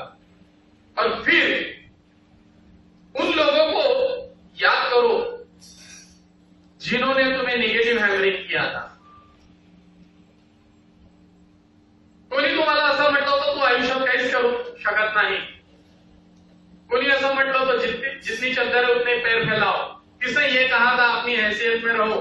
किसने बोला था कि आप कुछ बड़ा कर नहीं सकते. किसने बोला था तेरे को अकल नहीं है. उन सारे सोसाइटी के जो वायरस बैठे हुए हैं उन सारे लोगों को आप याद करो जिसने तुम्हें निगेटिव हैमरिंग किया, तुम्हारा इन्सल्ट किया, तुमचा अपमान केला. या सर्व लोकांना आठवायचं त्या दिवशी. तुम्हाला खूप राग येईल, खूप गुस्सा येईल, पिऊन टाका, बोलो मत. उन सारी निगेटिविटी को झेलो. उस निगेटिविटी को झेलने की ताकत तुम्हारे अंदर में पैदा करो कि यस आज तुमचा दिवस आहे. तुम्हाला जेवढे शिव्या द्यायचे, जेवढा अपमान करायचा आहे ते तुम्ही करा, पण एक दिवस फक्त माझा असेल, मी बोलील आणि तुम्ही सर्व लोक ऐकाल. या पद्धतीने स्वतःला पॉझिटिव्ह प्रोग्रामिंग करायची. एखाद्याने काही म्हटलं आपल्याला राग येईल, एखाद्याने काही म्हटलं, एखाद्याने इन्सल्ट केली, काही जर म्हटलं आपण डिप्रेशन मध्ये चाललो तर आपण आपला कॉन्फिडन्स लूज करून बसतो. रोज रात्री झोपायच्या अगोदर तुम्हाला स्वतःला चार्ज करायचं आहे. सकाळी उठल्यापासून तर रात्री झोपायच्या अगोदर पण जेवढ्या काही घटना घडल्या त्याला रिकॉल करा आपल्या मेमोरीमध्ये. ही टेक्निक जर तुम्हाला समजली तर तुमचं ब्रेन खूप शार्प होऊन जाईल. जेव्हा तुम्ही हे प्रॅक्टिकल कराल त्यावेळेस निगेटिव्ह हॅमरिंग करणाऱ्या लोकांचा फोटो, चेहरा त्याच्या तुमच्या डोळ्यासमोर यायला पाहिजे आणि त्याला तिथे चॅलेंज करा. त्याला आमोसमोर चॅलेंज करायचं नाही, स्वतःला चॅलेंज करायचं. यस त्यांनी असं म्हटलं तर त्याचं म्हणणं खरं आहे का माझ्यात कॅपॅसिटी नाहीये, माझी ॲबिलिटी नाहीये. चॅलेंज तुम्हाला स्वतःला करायचं. तुमची क्षमता काय आहे हे तुम्हाला माहित आहे. तुम्ही किती चांगलं काम करू शकता हे तुम्हालाच माहित आहे. तुमचं पोटेन्शियल काय आहे तुम्हाला माहित आहे आणि आपण आपलं पोटेन्शियल सोडून बाहेर फिरत असतो. बाहेर झाकून पाहण्यापेक्षा आतमध्ये झाकून पहा. परमेश्वराने तुम्हाला परफेक्ट करून पाठवलेलं आहे, सर्व गुण संपन्न करून तुम्हाला पाठवलेलं आहे. बाहेर फिरायची काहीच गरज नाही. आणि तिथे स्वतःला ती प्रोग्रामिंग करा की यस मला माझी आयडेंटिटी, मला माझं अस्तित्व जर निर्माण करायचं असेल तर एक आपल्या डोळ्यासमोर लाईफचा गोल तयार करा की मला काय बनायचं. ज्या ठिकाणी आपल्याला जायचं असेल त्याचा ऍड्रेस जर आपल्याकडे प्रॉपर नसेल तर आपण त्या ठिकाणी पोहोचू शकत नाही. म्हणून आपल्याला आपल्या लाईफचा गोल काय आहे हे माहीत असणं आवश्यक आहे की माझा जन्म कशाला झाला आणि मी मरणार कसा आहे. आप अकेले पैदा हुए, अकेले ही मरने वाले हो. डिप्रेशनचं सर्वात दुसरं कारण दुःख. तुम्ही प्रत्येक व्यक्तीकडनं अपेक्षा करता, आई वडील भाऊ बहीण हस्बंड वाइफ इन सबसे आप होप करते अपेक्षा करता. पण तुम्ही जेव्हा वरती जाल यापैकी एकही तुमच्यासोबत येणार नाही. पूर्वीचा काळ खूप चांगला होता. हस्बंड मेल्यावर वाईफ सोबत येत होती, सतीजण म्हणतात त्याला. मी सांगतो की वाईफ कंपनी द्यायला येत होती, हस्बंड वरती जाताना बोर होत होते. सांगायचं तात्पर्य एकटे जन्माला आले, एकटेच वरती जाणार आहे, होप सोडून द्या. किसी से जिंदगी में कभी होप मत करना, तुम हर बार खुश रहो. तुमच्या चेहऱ्यावर 24 आवर स्माइल असायला पाहिजे. माणसाला 2 गोष्टीची गरज आहे, आयुष्य कसं जगायचं आणि पैसे कसे कमवायचे. हर इंसान जी तो रहा है पर इंसान के तरह नहीं. माणूस म्हणून जन्माला आले तर चेहऱ्यावर स्माइल असणं आवश्यक आहे आणि तसं जगता आलं पाहिजे. आज माझा आखरी दिवस आहे असं समजून आयुष्य जगा. आज आहे उद्या नाही. हे सर्व लोक माझे आहेत. माझं जेवढं कर्तव्य आहे तेवढंच मला पूर्ण करायचं, परंतु मी कधीच कोणाकडनं अपेक्षा करणार नाही. मिला तो लेने के लिए मैं बैठा हूँ, हेल्प मिली तो लेने के लिए मैं बैठा हूँ, हर वो चीज मिली तो लेने के लिए मैं बैठा हूँ, ना मिले तो भी ठीक है. जब तक कि मेरी मंजिल, जब तक कि मेरा गोल पूरा नहीं होता तब तक कि मैं अकेले ही दौड़ते रहूंगा, क्योंकि मैं वन मैन आर्मी. तुम्हाला one man army, one woman army स्वतःला बनवावं लागेल. त्या दिवशी तुमचा कॉन्फिडन्स हा वाढेल. आपल्याला एक वाईट सवय लागलेली आहे, प्रत्येक वेळेस गाडी घेऊन चालण्याची, सपोर्ट प्रत्येक वेळेस सहारा घेऊन चालण्याची. जोपर्यंत सपोर्टची आशा अपेक्षा तुम्ही कराल तोपर्यंत तुमचा कॉन्फिडन्स हा 100% वर पोहोचणार नाही. बंद कर दीजिए. उस कॉन्फिडेंस को हमेशा बरकरार रखना अगर आप चाहते हो तो अपने आप को वन आर्मी बनाओ. आणि मग पहा तुमची विचार करण्याची पद्धत बदलेल. ज्या पद्धतीने तुम्ही विचार कराल त्या पद्धतीने तुम्ही इम्प्लिमेंटेशन करेल. तुमचा ऍक्शन प्लॅन तुमच्या डोक्यात असेल, तुमचा गोल तुमच्या डोक्यात असेल, त्याप्रमाणे तुम्ही ऍक्शन करायला लागाल. आणि ज्या दिवशी तुम्ही ऍक्शन कराल त्या दिवशी पाहिजे ती प्रत्येक गोष्ट तुम्हाला मिळेल. हर वो चीज इस दुनिया में पॉसिबल है जो आप चाहते हैं. फक्त एकदा विचार करून पहा. हे प्रॅक्टिकल तुम्हाला स्वतःवर करून पाहायचं असते. एकदा म्हटल्यानंतर एक गोष्ट 21 दिवसात मिळवण्याची ताकद असते. ती कल्पना तुम्हाला करावं लागेल. आणि ती कल्पना करण्यासाठी आपलं ऑब्झर्वेशन महत्वाचं आहे. प्रत्येक गोष्टीत मी काय शिकू शकतो? जाताना, येताना, उठताना, बसताना, घुमताना, फिरताना क्षणोक्षणी आपले डोळे हे तिथे असायला पाहिजे. ऑब्झर्वेशन तुम्हाला दुसरं कोणी शिकवू शकत नाही, तुमचं ऑब्झर्वेशन तुम्हाला शिकवतं. गांधीजीचे 3 बंदर असतात. बुरा मत देखो, माझे डोळे मी काही पण बघेन. बुरा मत बोलो, मेरा मुंह है मैं कुछ भी बोलूंगा. और बुरा मत सुनो, ऐसा तो कभी हो नहीं सकता. हम दीवार को कान लगा के सुनते हैं. प्रत्येक गोष्ट तुम्ही ऐका. समजा एक कान जर कोणी परमेश्वराने तुम्हाला एक कान दिला असता तर तुम्ही वरत जाऊन कंप्लेंट केली असती, क्या भगवान कोई भी आता है डांट टपट करके हमें चले जाता है. 2 कान अगर देता तो एक कान से निकाल देता. त्यांनी तुम्हाला कंप्लेंट करण्याची कुठलीच जागा दिलेली नाही, परिपूर्ण करून पाठवलेलं आहे. म्हणून ते 2 कान आहे. त्याचा चांगला उपयोग करा. जो अच्छा है उसको दिमाग में डालो, दूसरे नहीं है तो उसको निकाल दो. डोळे हे कॅमेऱ्यासारखे असतात, फोटो. डोळ्याने जी गोष्ट आपण बघतो त्याची एक इमेज तयार होते.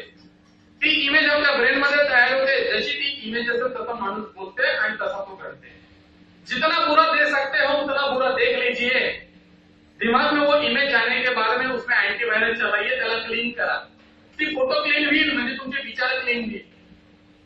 आणि तुमचे विचार इतके क्लीन झाले तर तुमच्या तोंडातून नेहमी चांगलंच निघेल. तुमच्याकडे जगाला जिंकण्याची फक्त एकच ताकद आहे, ते म्हणजे तुमची वाणी. इतका बडा शस्त्र है तुम्हारे हात में. पूर्ण जगाला जिंकण्याची ताकद तुमच्या वाणीमध्ये, तुमच्या शब्दामध्ये, तुमच्या तोंडामध्ये आहे. त्याचा चांगला उपयोग आपण करू शकतो. दिल और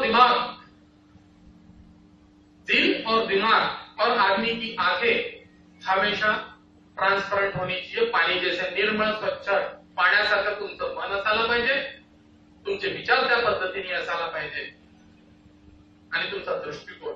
मैं अगर चोर हूं तो सारी दुनिया मुझे चोर नजर आएगी, मैं अगर अच्छा हूं तो सारी दुनिया मुझे अच्छी ही नजर आएगी। या पद्धतीने एक आयडियल इमेज सोसायटीमध्ये जेव्हा माणूस निर्माण करतो तेव्हा त्याचं नेटवर्क डेव्हलप होते, त्याचा बिझनेस डेव्हलप होते आणि त्याने बिझनेस जरी नाही केला तर त्याची आयडेंटिटी तयार होते। तो असतो खरा उद्योजक। म्हणून जेव्हा बेस्ट एंटरप्रेन्युअर अवॉर्ड मिळतो हे सर्व गुण त्याच्यामध्ये पाळले जाते। तुम्ही जर चांगले असाल तर तुम्ही टीम वर्क चांगलं करू शकता। टीम वर्क करण्याची भावना तुमच्यात असायला पाहिजे आणि टीम वर्क करण्याची भावना असेल तर तुमच्यामध्ये लीडरशिप डेव्हलप होते। खूप कमी शब्दामध्ये थोडे भरपूरशे मुद्दे मी तिथे तुम्हाला सांगतो आहे। एक लीडरशिप क्वालिटी, एक टीम वर्क क्वालिटी, एक management skill, observation skill, operation skill, communication skill, creativity, confidence, cleverness, ability, time management या प्रत्येक गोष्टीचं नॉलेज असणं आवश्यक आहे। एक उद्योजकाला चपरासी बनावं लागतं, पिऊन बनावं लागतं, त्याला स्वतःचं ऑफिस स्वतःच्या हाताने झाडायचंही असतं।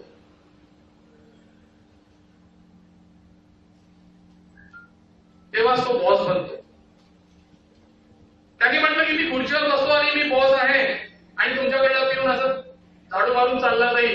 एका कोणत्यामध्ये कचरा दिसेल तुम्हाला त्याला शिकवता आला पाहिजे, बेटा इकडे झाडू असा नाही मारताय, असा मारावा लागतो। जो नीचे बैठेगा वही ऊपर जाके बैठ सकता है। म्हणून माणसाचा एटीट्यूड एक बहुत बड़ा पेड़ होता है। जब तूफान आता है तो बहुत बड़ा पेड़ कितना भी मजबूत हो, कितना भी पुराना हो, तूफानों के साथ में वो पेड़ जड़ से कट जाता है, टूट जाता है, उसकी लाइफ खत्म हो जाती है। घास का एक तिनका होता है, कितना भी तूफान आ जाए वो झुक जाता है, जिस दिन तूफान चले जाता है वो फिर से खड़ा हो जाता है। वो होता है रियल एंटरप्रेन्योर, वो होता है सही में इंसान। कश्तियों को बदलो तो किनारे बदल जाएंगे, नजर को बदलो तो नजारे बदल जाएंगे, सोच को बदलो तो सितारे बदल जाएंगे। अपने चलने के रास्ते को थोड़ा सा बदल दीजिए, जरूर आप अपने मंजिल तक पहुंच जाओगे। देखने के नजरिए को बदल दो, दुनिया अच्छी नजर आएगी। एटीट्यूड, सोच को बदलो तो सितारे बदल जाएंगे। ज्या दिवशी तुमची मानसिकता बदलेल त्या दिवशी प्रत्येक समाजातला व्यक्ती, प्रत्येक घरातून एक उद्योजक घडू शकतो। आपण सर्वांनी इथे मला ऐकून घेतलं त्याबद्दल तुमच्या सर्वांचे धन्यवाद। Thank you very much. धन्यवाद काटे साहेब, आपलं अमूल्य मार्गदर्शन आम्हा सगळ्यांना लाभलं। यानंतर मला वाटतं इथे बसलेला प्रत्येक व्यक्ती हा पॉझिटिव्ह झाला असेल काटे साहेबांनी सांगितलं त्याप्रमाणे, आणि आपल्या आयुष्याच्या पुढच्या दिशेला आपण त्याचप्रमाणे वाटचाल करायची। आमचे दुसरे वक्ते श्री सुनील खुसरारे सर यांना इथे बोलवण्यापूर्वी इथे उपस्थित केजीएफओसीचे नॅशनल डायरेक्टर्स यांचं मी स्वागत करेन, कारण की आमचे सिनियर आहेत आणि नागपूर अध्यायातर्फे त्यांचं स्वागत होणं आवश्यक आहे। मी श्री राहुल पलाडे अध्यक्ष नागपूर चॅप्टर यांना विनंती करतो की ते आमचे वक्ते सुजित मैत्र सरांचं स्वागत करतील। तसेच नॅशनल डायरेक्टर श्री अरुण पवार यांचं स्वागत श्री नितीन देशमुख सर करतील असं मी यांना विनंती करतो। आमचे नॅशनल डायरेक्टर नंदूजी कनेर यांचं स्वागत भोंगडे साहेब करतील असं मी त्याला विनंती करतो। श्री अनिल ओंकार सर यांचं स्वागत गिरीश देशमुख साहेब करतील असं मी त्यांना विनंती करतो। श्री विश्वास महादुरे सरांचं स्वागत मुकेश गोसे साहेब करतील असं मी त्यांना विनंती करतो। संजय बोबडे सरांचं स्वागत फरकाडे साहेब करतील असं मी त्यांना विनंती करतो। प्रकाश बोबडे यांचं स्वागत फरकाडे साहेब करतील असं मी त्यांना विनंती करतो। श्री सुरेंद्र आंबेडकर सरांचं स्वागत मुकेश गोसे साहेब करतील असं मी त्यांना विनंती करतो. त्याचप्रमाणे इथे उपस्थित आमचे मानस सभासद मुकुंदराव कोडुके, रवींद्र खसाळे, निर्मला खावले, हर्ष खावले, गणेश खावले सर, दीपाली खावले आणि मनोहरराव बारसकर यांचं मी शब्दसमूहाने स्वागत करतो. त्याचप्रमाणे महात्मा फुले संस्थेचे श्री सुरेंद्रजी आर्य, श्री गुलाबरावजी चिचाळे सर आणि मौर्य सर यांचं सुद्धा स्वागत मी शब्दसमूहाने करतो. यानंतर मी श्री सुनील खुजनारे साहेब यांना विनंती करतो, त्यांनी आपलं मोलाचं मार्गदर्शन आम्हाला करावं. फार चांगला कार्यक्रम आयोजकांनी आज ऑर्गनाईज केलेला आहे आणि नागपूर चॅप्टरद्वारे capacity building for industrial development हा विषय आहे आपला. फार कमी संस्था कॅपॅसिटी बिल्डिंगवर लक्ष देत असते. बऱ्याचशा लोकांना आपण प्रमोट करतो, आपण मोटिवेट करतो की उद्योग सुरू करावा, उद्योगाला प्रमोट करावं. जे स्टुडंट आहेत, जे इंजिनिअरिंग झालेले आहेत, जे MBA झालेले आहेत, त्यांना आपण मार्गदर्शन करतो. परंतु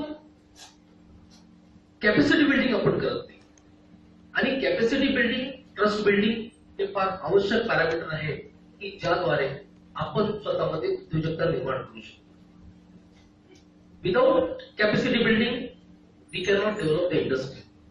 आणि तुम्हाला माहिती आहे की इंडस्ट्रीला प्रमोट करणे, इंडस्ट्रीला डेव्हलप करणे, स्वतःमध्ये उद्योजकता निर्माण करणे हा फार विषय तसा कठीण आहे.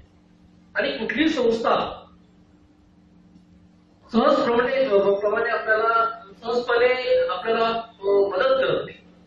आपल्याला पहिली गोष्ट माहीत असते की कुठल्या कुठल्या ऑर्गनायझेशन आहेत की ज्या ऑर्गनायझेशन उद्योजकता वाढीकरता आपल्याला मदत करतात. आणि अवेअरनेस नसल्यामुळे आज आपण या उद्योग क्षेत्रात स्वतःची प्रगती आपण करू शकत नाही. तुम्ही बरेचसे सक्सेसफुल इंटरप्रेनर्स केला, त्यांची तुम्ही जर हिस्ट्री बघितली, आज या कार्यक्रमात ओंकार सर बसलेले आहेत, सक्सेसफुल इंडस्ट्रियलिस्ट आहेत. ते रवींद्र फडकर सर आहेत, सुरेंद्र फडकर सर आहेत. त्यांनी स्वतःचा बिझनेस कशा प्रकारे डेव्हलप केलेला आहे, त्यांचं टर्नओव्हर आज किती आहे, या सगळ्या गोष्टीची तुम्ही जर माहिती घ्या तुमच्या लक्षात येईल की मागच्या 15 ते 20 वर्षापासून ते या क्षेत्रामध्ये फार कठीण परिश्रम घेत आहे. आणि त्यामुळेच त्यांचा उद्योग हा फार चांगल्या स्तरावर जाऊन पोहोचलेला आहे. आणि आज त्यांची गणना नागपूरमध्ये चांगल्या उद्योगामध्ये. आजच्या या कार्यक्रमामध्ये महत्वाचा विषय आपण इथे बोलत आहे आणि MSME ची कार्ययोजना. MSME विकास संस्था, ज्याला आपण सूक्ष्म लघु व मध्यम विकास संस्था असं आपण नाव दिलेलं आहे. त्याचं कार्यालय नागपूरला CGO कॉम्प्लेक्स मध्ये दिलेलं आहे. भारत सरकारचं ते MSME मंत्रालय आहे, सूक्ष्म लघु व मध्यम उद्योग मंत्रालय आहे. त्या मंत्रालयाची संस्था आहे, त्याच्या अधीनस्थ आम्ही कार्य करतो. आणि आमचं क्षेत्र जे आहे ते संपूर्ण विदर्भ आहे. विदर्भामध्ये उद्योगाच्या वाढीकरता, उद्योगाला प्रमोट करण्याकरता, प्रत्येक व्यक्तीमध्ये उद्योजकता निर्माण करण्याकरता फार वर्षापासून ही संस्था कार्यरत आहे. आणि आम्ही प्रत्येक गावात, मॅक्सिमम क्षेत्रामध्ये, ग्रामीण भागामध्ये, शहरी भागामध्ये जाऊन आम्ही या सगळ्या स्कीम्स प्रमोट करतो. आम्ही लोकांपर्यंत पोहोचतो, लोकांना सर्व योजनांची माहिती देतो, त्यांना जी काही मदत लागत असते ती संपूर्ण मदत आम्ही त्यांना प्रोव्हाइड करत असतो. MSME विकास संस्था ही भारत सरकारची जशी संस्था आहे त्याच प्रकारे उद्योजकांना मदत करण्याकरता महाराष्ट्र शासनाची पण एक संस्था आहे, ती आहे जिल्हा उद्योग केंद्र. बऱ्याचशा लोकांना माहित नसते की जिल्हा उद्योग केंद्र आणि MSME चे कार्य कुठले आहे. जर आज आपण स्वतःमध्ये कॅपॅसिटी बिल्डिंग निर्माण केली आणि जर उद्या आपल्याला उद्योग सुरू करायचा आहे तर एक्झॅक्टली कुठली संस्था आपल्याला मदत करेल याबद्दल अवेअरनेस नाही असते. बरेचसे इंडस्ट्रियलिस्ट आहेत, त्यांनी स्वतःच्या अथक प्रयत्नांनी त्यांचा स्वतःचा उद्योग वाढवलेला आहे, परंतु त्यांना सुद्धा बऱ्याचशा योजना ज्या आहेत भारत सरकारच्या किंवा महाराष्ट्र शासनाच्या त्या योजनांबद्दल माहिती नाहीये. आणि मग हळूहळू जसा जसा उद्योग आपला प्रगती करत होतो तसं तसं त्यांना त्या सगळ्या योजनांची माहिती होत असते आणि त्यात बराचसा वेळ आपला निघून जातो.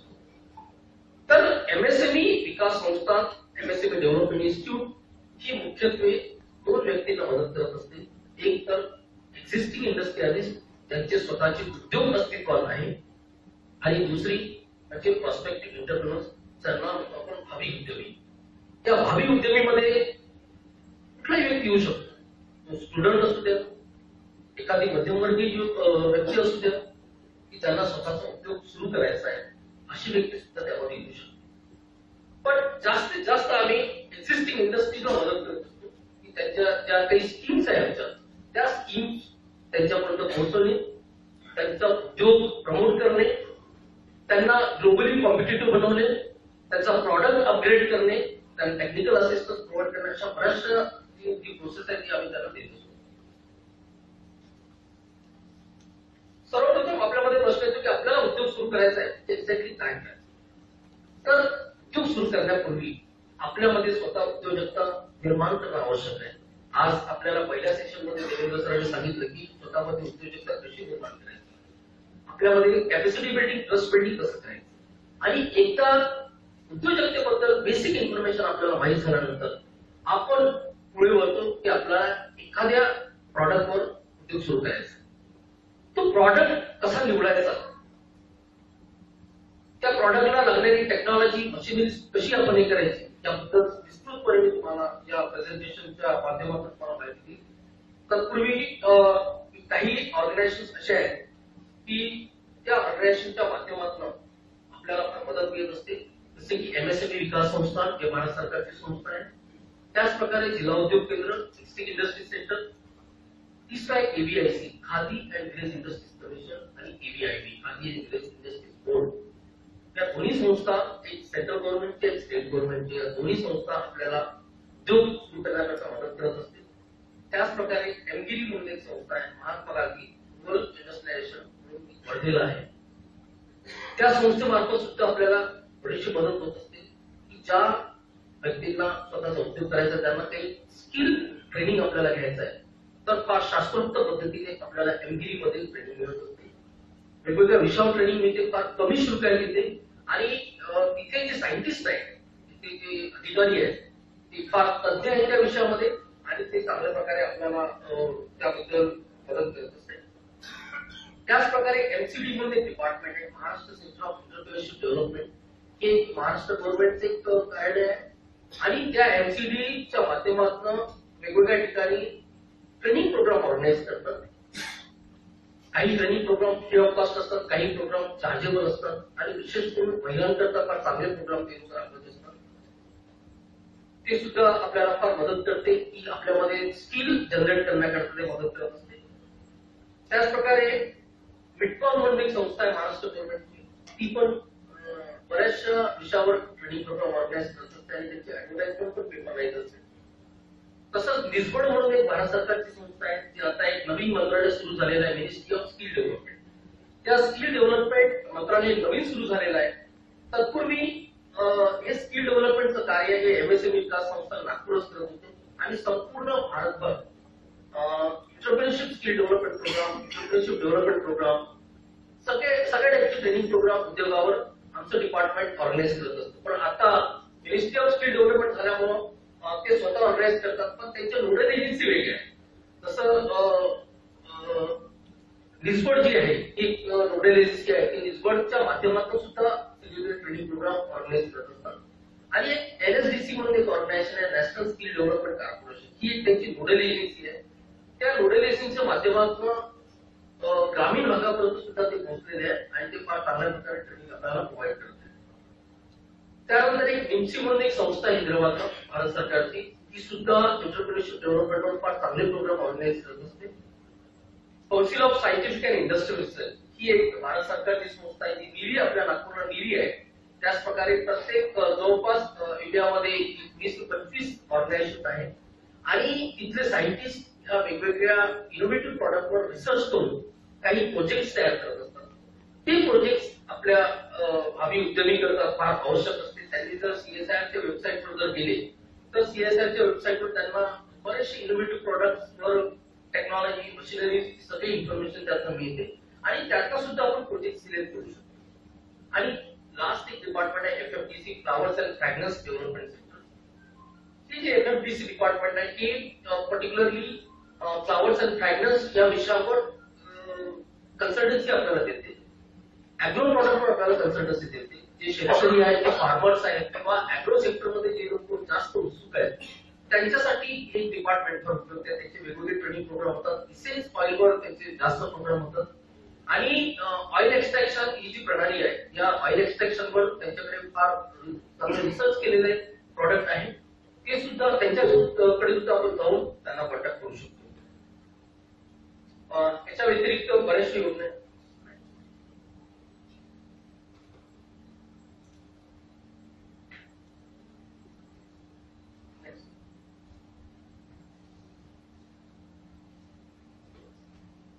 काय व्हायचं की 2006च्या आधी जे बरेचसे सूक्ष्म उद्योग जे होते, ते घरगुती स्वरूपाचे उद्योग होते, त्या घरगुती स्वरूपाच्या उद्योगाला मान्यता मिळत नव्हती.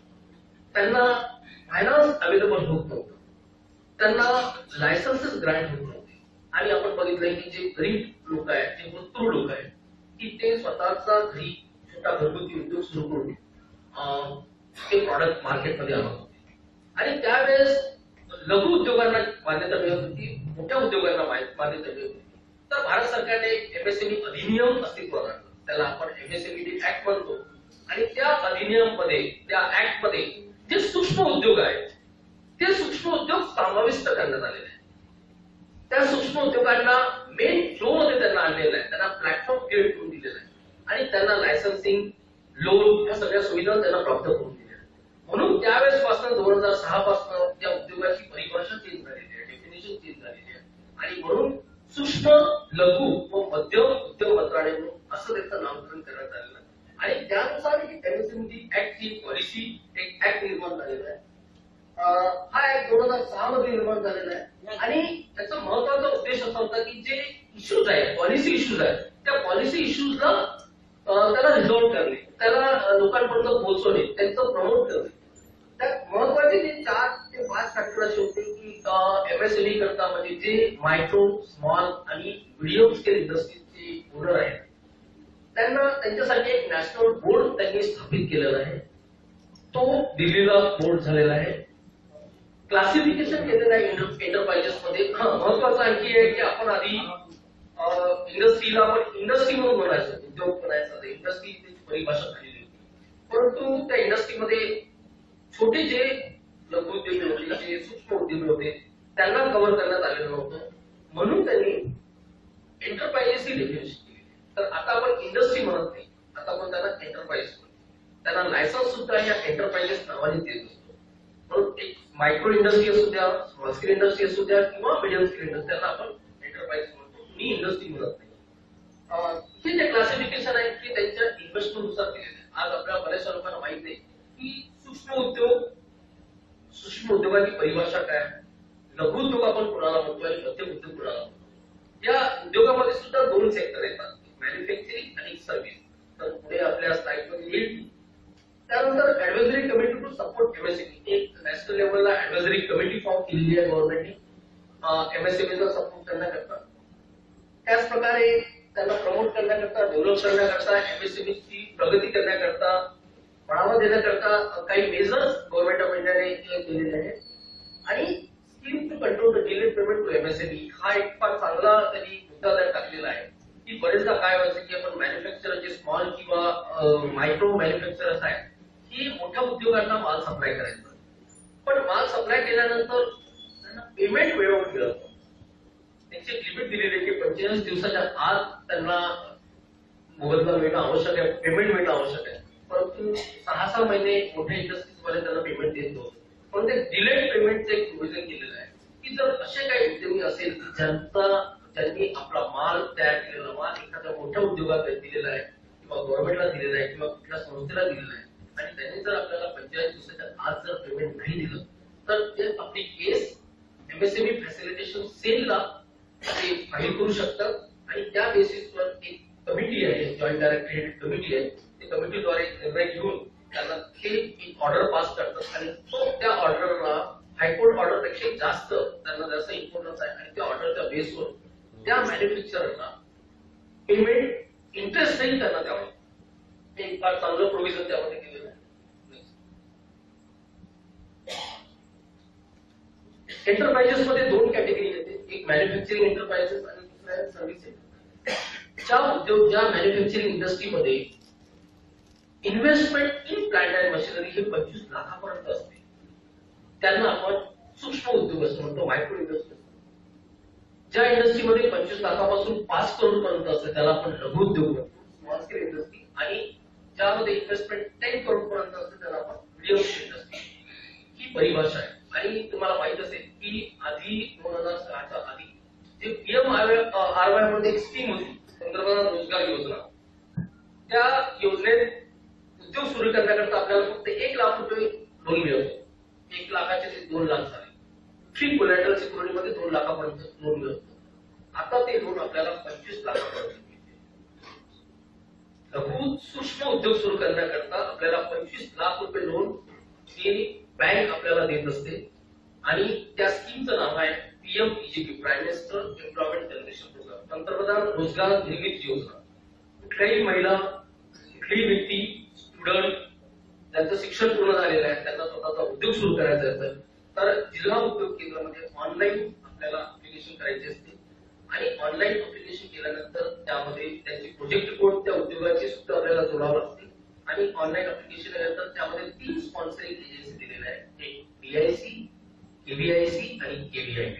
तिथे आपल्याला सिलेक्ट करायचं आहे की आपल्याला आपला जर उद्योग ग्रामीण भागात असेल तर आपल्याला KVIC या एजन्सीला सिलेक्ट करायचं. जर तो उद्योग शहरी भागात असेल तर DIC ला सिलेक्ट करायचं.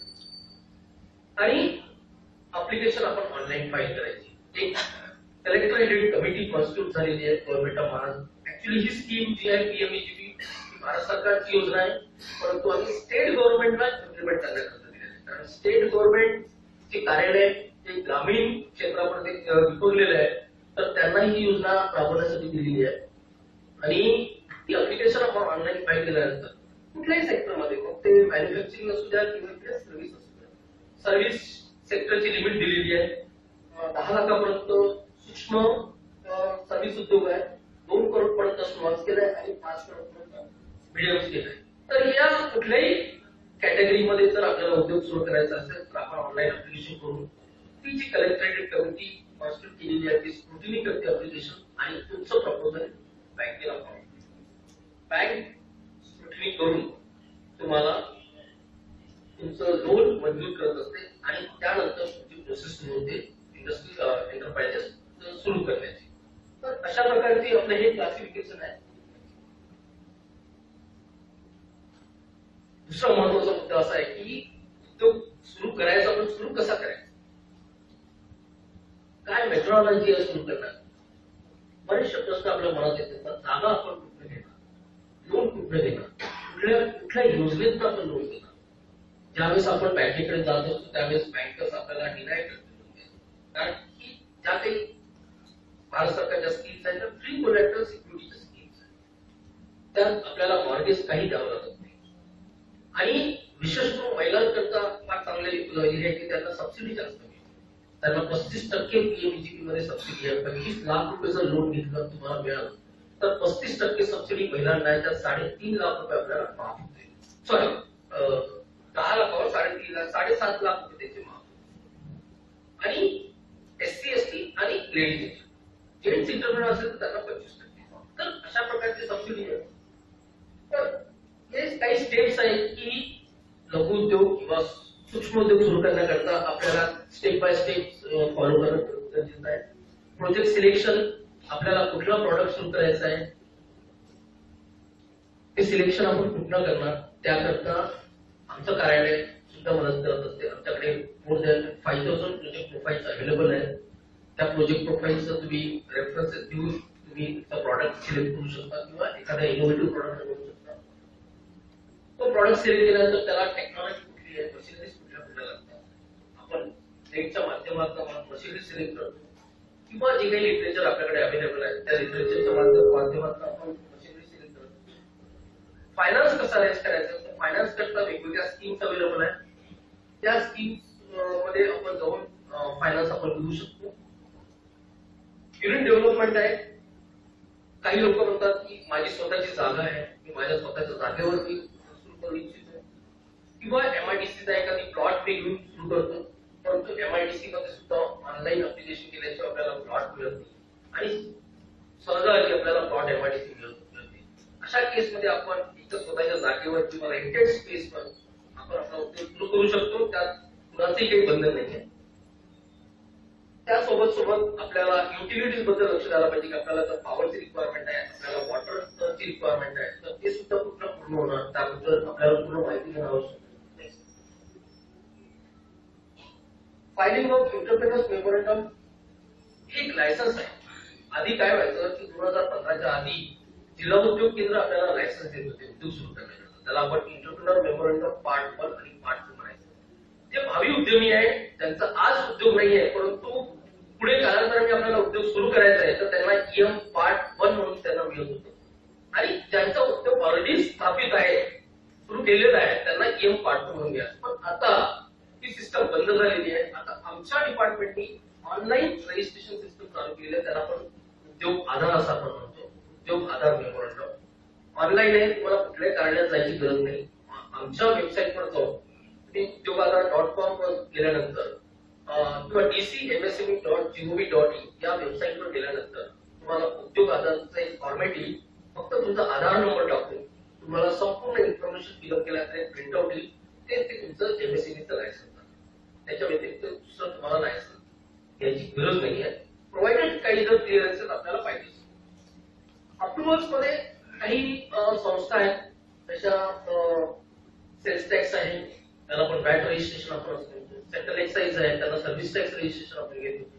तर अशा डिपार्टमेंट कडनं काही अप्रुव्हल्स गरजेचं आहे. एन्व्हायरमेंट डिपार्टमेंट कडनं एक एमपीसीबी कडनं आपल्याला पोल्युशन कंट्रोलचं सर्टिफिकेट पाहिजे. तर असे काही प्रॉडक्ट स्पेसिफिक क्लिअरन्सेस आहेत ते त्या डिपार्टमेंट कडनं आपण घेऊ शकतो.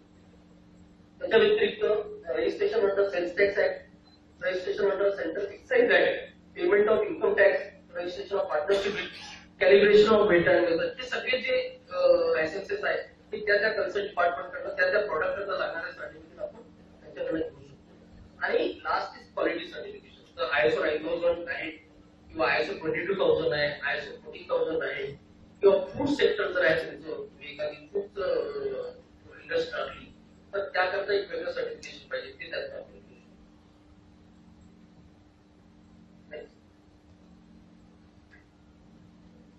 तर अशा प्रकारे आपण स्टेप बाय स्टेप जर माहिती घेतली उद्योग सुरू करण्याकरता तर निश्चित आपल्याला त्याचा फायदा होतो. आपण कुठेही कन्फ्युज होत नाही. त्या कन्सर्न डिपार्टमेंटकडे जाऊन आपण ती माहिती घेऊन आपण आपल्या फॉर्मॅलिटीज पूर्ण करू शकतो. याच्या व्यतिरिक्त आमचे जे डिपार्टमेंट आहे ते या विषयांवर जास्त करून काम करत असते. Technical and management. आमच्या डिपार्टमेंटला सगळे इंजिनियर्स काही प्रोफाईल क्वालिफाईड लोक आहेत, त्या क्षेत्रातले आहेत.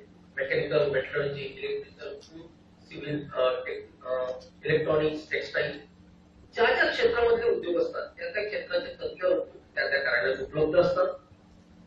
त्याच्या व्यतिरिक्त काही मॅनेजमेंट ऍक्टिव्हिटी आम्ही करतो. फायनान्शियल मॅनेजमेंट आहे, मार्केटिंग मॅनेजमेंट आहे, रिटेल मॅनेजमेंट आहे, एक्सपोर्ट मॅनेजमेंट आहे. या सगळ्या विषयावर सुद्धा आम्ही काही ट्रेनिंग प्रोग्राम ऑर्गनाईज करतो. तर त्याचे पण काही अधिकारी आमच्याकडे आयएमटी डिव्हिजन म्हणून आहे. आयएमटी डिव्हिजन काम करत असते. Economic information services, EI services आपण म्हणतो. ते एक जो डाटा आहे इंडस्ट्रीवर प्रत्येक डिस्ट्रिक्ट मधला जो डाटा आहे तो डिस्ट्रिक्टचा डाटा, विदर्भातल्या सगळ्या डिस्ट्रिक्टचा डाटा आमच्याकडे उपलब्ध असतो. प्रोजेक्ट सिलेक्ट करताना हा डाटा आपल्याला फार उपयुक्त असतो की कुठल्या जिल्ह्यामध्ये रॉ मटेरियल अबंडंटली कुठे अवेलेबल आहे, कुठल्या स्केलमध्ये अवेलेबल आहे, आपण हा उद्योग कुठल्या क्षेत्रात आपण सुरू करू शकतो जिथे आपल्याला मॅनपॉवर कमी मिळेल, मॅनपॉवर आपल्याला कमी कॉस्ट मध्ये मिळेल आणि रॉ मटेरियल कमी प्राइस मध्ये आपल्याला मिळेल. अशा प्रकारची इन्फॉर्मेशन EI मध्ये आपल्याला मिळते. एंटरप्रेन्योरशिप स्किल डेव्हलपमेंट, आम्ही स्किल डेव्हलपमेंटचे काही प्रोग्राम्स राबवत असतो. स्टुडंट करता, महिलांकरता, ज्यांना उद्योग सुरू करायचा आहे त्यांच्याकरता 1 महिन्याचं प्रशिक्षण असते, 8-10 दिवसाचं प्रशिक्षण असते आणि 1 दिवसाचं, अशा 3 प्रकारचे आम्ही प्रोग्राम्स राबवत असतो. त्याच प्रकारे जे विद्यार्थी फायनल इयर इंजिनिअरिंग आहे आणि किंवा MBA आहे त्यांच्याकरता बिझनेस स्किल डेव्हलपमेंट प्रोग्राम सुद्धा आम्ही राबवत असतो. मार्केटिंग असिस्टंट, एखादी मॅन्युफॅक्चरर आहे त्यांना मार्केटिंगचा काही प्रॉब्लेम होत आहे तर आमच्या कार्यालयात जर ते अप्रोच झाले तर त्यांना मार्केटिंग बद्दल आम्ही मदत करतो. टेक्नॉलॉजी अँड क्वालिटी अपग्रेडेशन, बरेचसे उद्योग असतात, त्यांना त्यांची टेक्नॉलॉजी अपग्रेड करायची असते, त्यांचं प्रॉडक्ट एनहान्स करायचं असते, क्वालिटी एनहान्स करायची असते. तर त्या केसमध्ये कुठली टेक्नॉलॉजी त्यांना फिजिबल आहे तर त्यांचं सुद्धा आम्ही मार्गदर्शन करतो. असिस्टन्स फॉर एक्सपोर्ट प्रमोशन, एखादी प्रॉडक्ट एक्सपोर्टेबल आहे, त्यांना एक्सपोर्ट वाढवायचं आहे, त्यांच्याकरता जे एक्सपोर्ट डिपार्टमेंट आहे, काही डीजीएफटी आहे, सीजेड आहे, तर त्या डिपार्टमेंट कडनं काय मदत होऊ शकते आणि आमच्या डिपार्टमेंटनं काय मदत होऊ शकते त्याबद्दल आपण त्यांना माहिती देतो. ISO 9000, 14000, 22000 barcode, product certification, participation trade fair, हे जे सर्टिफिकेशन घेतात वेगवेगळे उद्योगी, तर त्यांना आम्ही सर्टिफिकेशन घेतल्यानंतर त्यांना लागणारा जो खर्च असतो, प्रत्येक लायसन्स देण्याकरता 1 ते 1.5 लाख रुपये खर्च येतो. तर आम्ही त्यांना 75% रिइंबर्स करतो, फ्री ऑफ कॉस्ट. फक्त त्यांनी आमच्याकडे यावं की आम्ही ISO 9000 घेतलेला आहे, आम्ही आमच्या प्रॉडक्ट करता बारकोड घेतलेला आहे, आम्ही आमच्या प्रॉडक्ट करता ISI मार्क घेतलेला आहे आणि आम्हाला 1.5 ते 2 लाख रुपये खर्च झाला आहे. आम्ही त्यांची अप्लिकेशन प्रोसेस करून त्यांना त्यांचा जो काही खर्च झालेला आहे त्याचे 75% आम्ही त्यांना करतो. वास्तविक ते पैसे आमच्याकडे आलेले नसतात, त्यांनी ज्या डिपार्टमेंटकडनं लायसन्स घेतलेले आहे त्या डिपार्टमेंटला ते पैसे भरलेले असतील.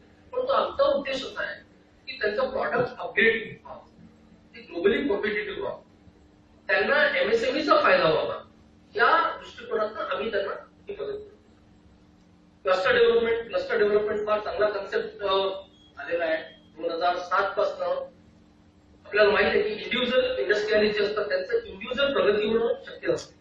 अशा केसमध्ये त्यांची ते जर एकत्र आले, ग्रुप ऑफ इंडस्ट्री जर एकत्र आले, तर ग्रुप ऑफ इंडस्ट्री एकत्र आल्यानंतर त्यांनी एक कंपनी फॉर्म करायची असते आणि कंपनी फॉर्म केल्यानंतर भारत सरकारची 13.5 करोड 13.5 करोडची ग्रँट आहे क्लस्टर डेव्हलपमेंट, ती आम्ही नॉन रिफंडेबल म्हणून त्या ग्रुपला देतो.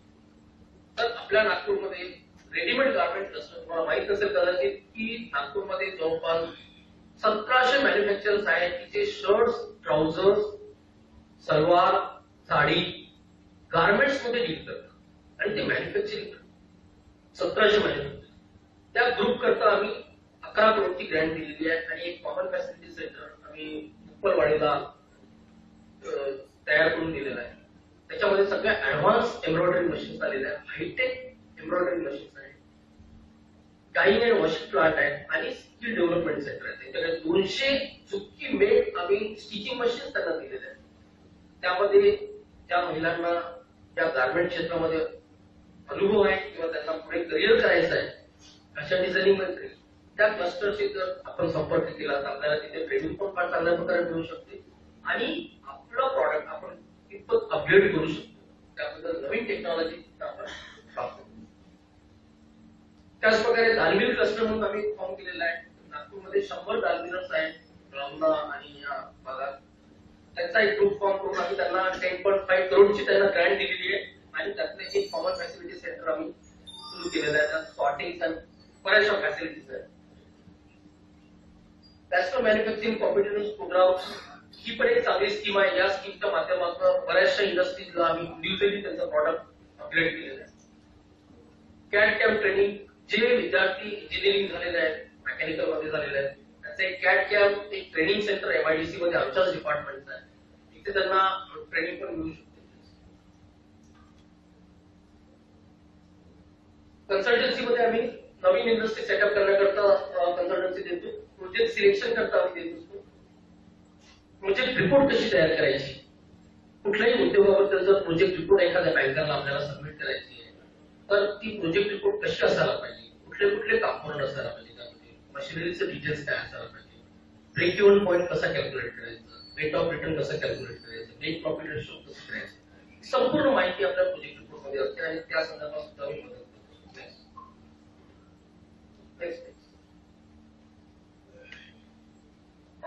त्या क्षेत्रामध्ये export marketing, marketing management, financial management, retail management, business management यामध्ये पण आपण करतो.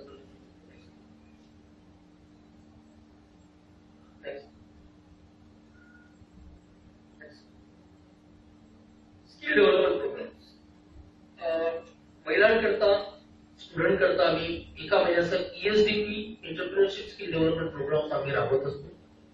मागच्या 3 वर्षापर्यंत आमच्याकडे बरेचसे टार्गेट यायचे. 200 प्रोग्राम्स आम्ही संपूर्ण विदर्भामध्ये राबवायचो. परंतु यामधल्या 2 वर्षामध्ये फंडिंग कमी झालेलं आहे.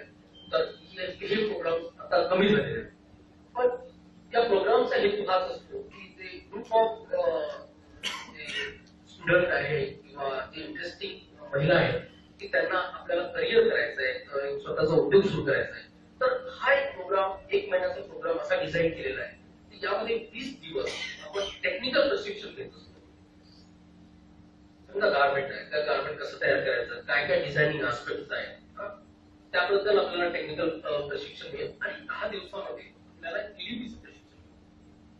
ईडीपीचं प्रशिक्षण यासाठी आवश्यक आहे की ईडीपी मध्ये 10 दिवसामध्ये उद्योग कसा सुरू करायला पाहिजे, उद्योगासाठी कुठल्या कुठल्या लायसन्सची गरज आहे, कुठल्या कुठल्या ऑर्गनायझेशन आपल्याला मदत करतात, तो प्रॉडक्ट आपण तयार केल्यानंतर त्याचं मार्केटिंग कसं करायचं, फायनान्स कुठलं आपल्याला अरेंज करायचं, बँकेच्या योजना काय, जिल्हा उद्योग केंद्राची योजना काय, प्रोजेक्ट रिपोर्ट कशी तयार करायचं, याबद्दल संपूर्ण माहिती या 10 दिवसाच्या कार्यक्रमामध्ये दिली जाते.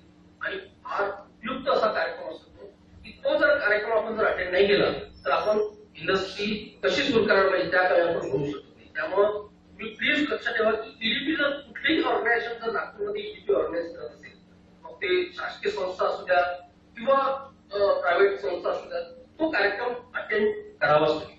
कारण त्याशिवाय आपल्याला उद्योगाबद्दलची माहिती प्राप्त होते.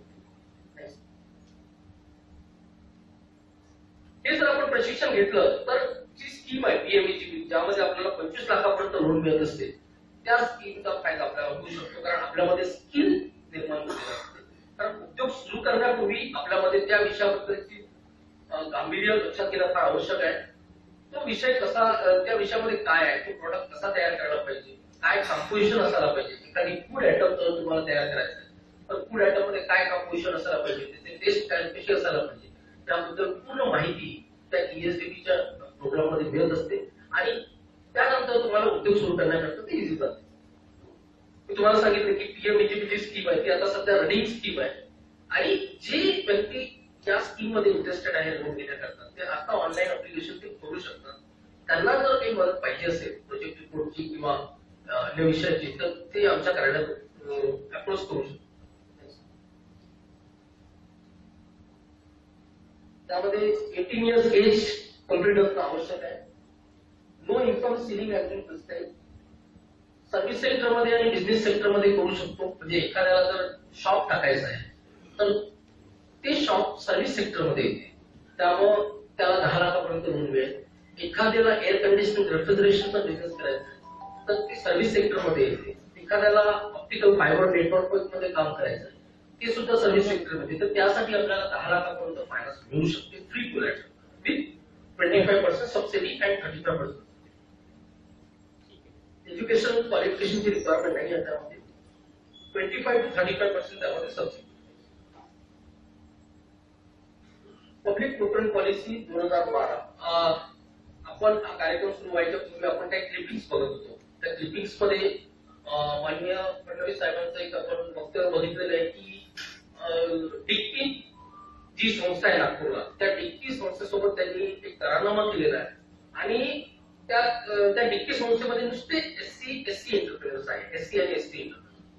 तर त्यांनी सांगितलंय की जे सेंट्रल गव्हर्नमेंटने केलेलं आहे की सगळ्या पीएसयूजला, public sector undertaking like WCL, MOIL, ABCL, railway, central गव्हर्नमेंटचे डिपार्टमेंट, मिनिस्ट्री, यांच्यामध्ये जी काही रिक्वायरमेंट असते प्रॉडक्टची, त्या रिक्वायरमेंटचे 20% ऑर्डर्स हे एक्सक्लुझिव्हली एमएसएमई करता रिझर्व करा, असं त्यांनी कंपल्शन केलेलं आहे. आणि त्यामुळे काय झालंय की जे छोटे छोटे मॅन्युफॅक्चरर्स आहेत, मायक्रो उद्योग आले किंवा लघुउद्योग आहेत, त्यांना या सगळ्या पीएसयूच्या ऑर्डर्स त्यांना मिळतात. हा एक फायदा त्यांना झालेला आहे. त्याच्या व्यतिरिक्त जे एससी किंवा एसटी एंटरप्रेनर्स आहेत त्यांना त्या 20% पैकी 4% अगेन रिझर्वेशन मिळालं. त्यामुळं ती जर व्यक्ती कुठल्याही public sector undertaking like WCL, MOIL मध्ये जर टेंडरमध्ये पार्टिसिपेट करतो तर त्यांना त्यांच्या टोटल रिक्वायरमेंट जे आहे त्याचे 4% त्यांना मिळत. आणि ओव्हरऑल एमएसएमईला 20% ऑर्डर्स त्यांना मिळते. ही स्कीम सुद्धा स्टेटमध्ये त्यांनी इम्प्लिमेंट केलेली आहे. आणि आणि त्याने डिक्लेअर केलेले आहे की आम्ही सुद्धा ही स्कीम स्टेट गव्हर्नमेंटमध्ये इम्प्लिमेंट करू आणि स्टेट गव्हर्नमेंटमध्ये SC/STच्या व्यतिरिक्त जी काही आहे जी स्टेट गव्हर्नमेंटची बरेचसे डिपार्टमेंट आपल्याला काही फायदा देत नाही, तर या स्कीमच्या माध्यमातून ते आपल्याला फायदा देऊ शकतात. ही स्कीम प्रमोट करण्याकरता आम्ही व्हेंडर डेव्हलपमेंट प्रोग्राम्स काही ऑर्गनाईज करत असतो. एखादे जी एंटरप्रिनर्स आहेत, जे मॅन्युफॅक्चरर्स आहेत किंवा सर्व्हिस प्रोव्हायडर्स आहेत, त्यांना एंट्री मिळत नाहीये WCL, मॉईल किंवा कुठल्या याच्यामध्ये, तर व्हेंडर डेव्हलपमेंट प्रोग्राम म्हणून आम्ही काही कार्यक्रम ऑर्गनाईज करतो की तुमचं जर प्रॉडक्ट आहे आणि तुमच्या प्रॉडक्टला जर गव्हर्नमेंट तर्फे काही ऑर्डर्स मिळायला पाहिजे, तर त्याकरता आम्ही अशा प्रकारचे प्रोग्राम्स आम्ही ऑर्गनाईज करतो.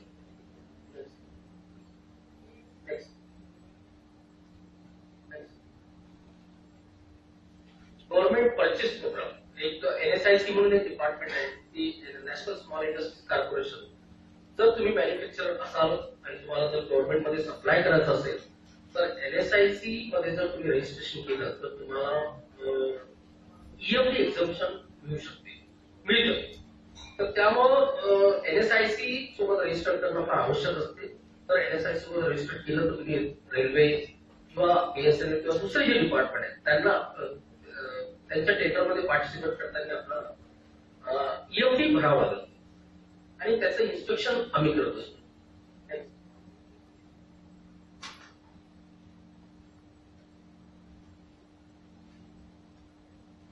बरेचसे जे NGOs आहेत किंवा एंटरप्रिनर्स आहेत ते डोमेस्टिक ट्रेड फेअर मध्ये पार्टिसिपेट करतात किंवा इंटरनॅशनल ट्रेड फेअर मध्ये पार्टिसिपेट करतात. बरेचसे कारण जपान, US आणि बऱ्याच ठिकाणी इंटरनॅशनल एक्झिबिशन होतात आणि इंटरनॅशनल एक्झिबिशन मध्ये आपल्याला पार्टिसिपेट करण्याकरता आपल्याला ती मदत मिळते. पण आमचं डिपार्टमेंट जर तुम्ही जर उत्सुक असाल तर 75% एअर फेअर देत असते आणि तिथेच जर आपल्याला स्टॉल लावायचा असला तर 50% आपल्याला त्याचं एक्झिबिशन देत असते.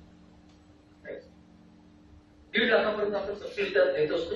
आणि डोमेस्टिक ट्रेड फेअर जर आपल्याला ऑर्गनाईज करायचं आहे, समजा आता या संस्थेला सुद्धा जर आपल्याला एखादी फेअर ऑर्गनाईज करायचं आहे, त्यामध्ये आपल्याच ग्रुपमधले लोक जे काही मॅन्युफॅक्चरर आहेत किंवा सर्व्हिस प्रोव्हायडर ते स्टॉल हे करतील, तर त्यांना प्रत्येक स्टॉलला जे सबसिडी आहे ते आम्ही 2.5 लाखापर्यंत त्या पूर्ण ग्रुपला देतो. ISO रिम्बर्स पण आम्ही मी तुम्हाला सांगितलं आहे की 75% रिम्बर्स पण आम्ही देतो. ISO 9000 देतो. नॅशनल अवॉर्ड टू MSME जे उद्यमी आपल्या क्षेत्रामध्ये फार चांगली प्रगती करतात त्यांना भारत सरकारतर्फे नॅशनल अवॉर्ड आपण देत असतो. मागच्या वर्षी ते 3 अवॉर्ड देण्यात आले. त्यामध्ये नागपूरचा एक होता इथिका फार्मास्युटिकल म्हणून, त्यांना आपण अवॉर्ड दिलेला होता. नंतर एक इन्सिडेंट झाला की त्यांच्या फॅक्टरीला आग लागली आणि जवळपास 8 ते 10 लोक त्या इन्सिडेंटमध्ये त्यांना आपण नॅशनल अवॉर्ड मागच्या वर्षीचा दिलेला आहे. यावर्षी सुद्धा आपण नागपूरमधनं 10 अप्लिकेशन फॉरवर्ड केलेल्या होत्या, परंतु अनफॉर्च्युनेटली कुठेही सिलेक्ट होऊ शकले नाही.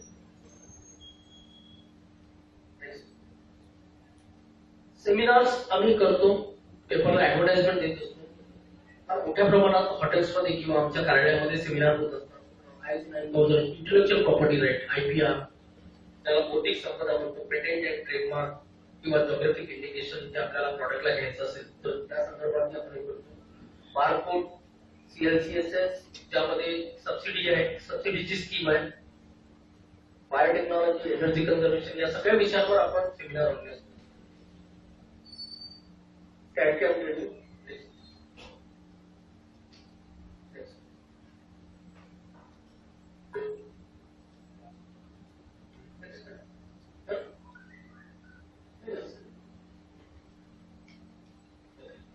तर अशा बऱ्याचशा योजना आहेत MSMEच्या. एकाच कार्यक्रमामध्ये आपल्याला सगळं समोर घडीत होत नाही. तर माझी एकच विनंती आहे की तुमच्याकडे जे काही इंजिनिअरिंग झालेले मुलं असतील, ज्यांना स्वतःचा उद्योग सुरू करायचा आहे किंवा मध्यमवर्गीय युवक असेल, युवती असेल, त्यांना स्वतःचा करिअर करायचा आहे, त्यांनी आमच्या ऑर्गनायझेशन तुम्ही असोसिएट व्हा. त्याच्या व्यतिरिक्त जी काही दुसरे जे डिपार्टमेंट आहे त्या डिपार्टमेंटची पण तुम्ही जर असोसिएट झाल्या, स्कीम्स बऱ्याच आहे. PMEJP जशी तुम्हाला सांगितली आहे त्याचप्रमाणे सीड मनी कॅपिटल एक स्कीम आहे, ती जे जिल्हा उद्योग केंद्र रन करते त्यात तुम्हाला प्रोजेक्ट कॉस्टच्या 85% तुम्हाला लोन देत असते, 6% व्याजदर दर आणि तुम्हाला 15% लोन देतात, बाकीचे बँक देत असतात. त्याला वीज भांडवल योजना आपण म्हणतो. CGTMSE स्कीम आहे जी नॅशनलाइज बँक रन करत आहे, उद्यमी कर्ज. त्या स्कीम मध्ये तुम्हाला 1 करोड पर्यंत फ्री कोलॅटरल मध्ये लोन मिळते. ही स्कीम आमची योजना आहे ती आम्ही नॅशनलाइज बँकेला दिलेली आहे. 80% कॉन्ट्रीब्युशन तुमचं बँकेचं आहे, 20% कॉन्ट्रीब्युशन तुमचं आहे. पण तो banker easily free mortgage loan देत नाही, त्याकरता आपण आपल्या प्रोजेक्ट बद्दल फॉर्म असणं आवश्यक आहे. स्टँडअप इंडिया म्हणून नवीन स्कीम सुरू झालेली आहे, त्यात महिला उद्यमी आणि SC/ST यांच्याकरता स्कीम आहे. यात सुद्धा 1 करोड पर्यंत फ्री कोलॅटर मध्ये लोन मिळते. मुद्रा म्हणून जी योजना आहे त्यात किशोर तरुण ही जी योजना आहे त्यामध्ये 10 लाखापर्यंत आपल्याला लोन नॅशनलाइज बँक देत असते. आणि CLCS अशा प्रकारच्या बऱ्याचशा योजना आहेत करण्याकरता आपल्याला त्याची मदत होऊ शकते.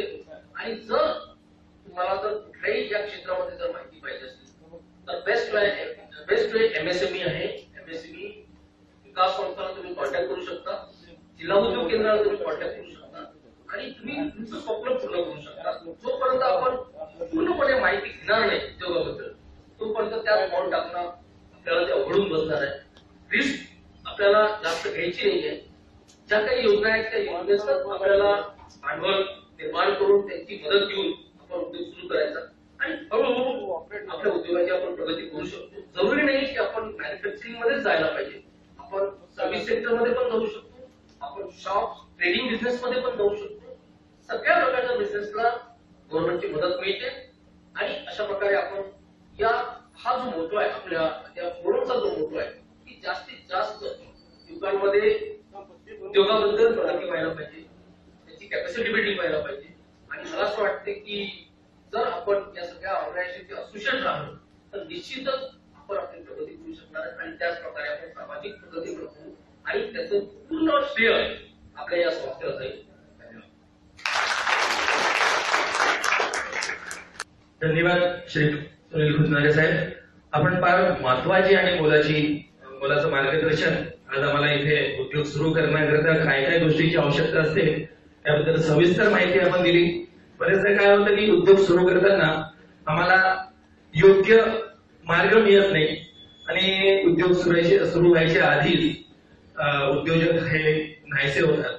परंतु इथे उपस्थित असलेले आमचे समाज बांधव यांना कुठले प्रश्न असतील किंवा काही विचारायचं असेल तर खुजनारे साहेब इथे उपस्थित आहे. तुम्ही सविस्तर डिटेल त्यांच्याकडनं घेऊ शकता.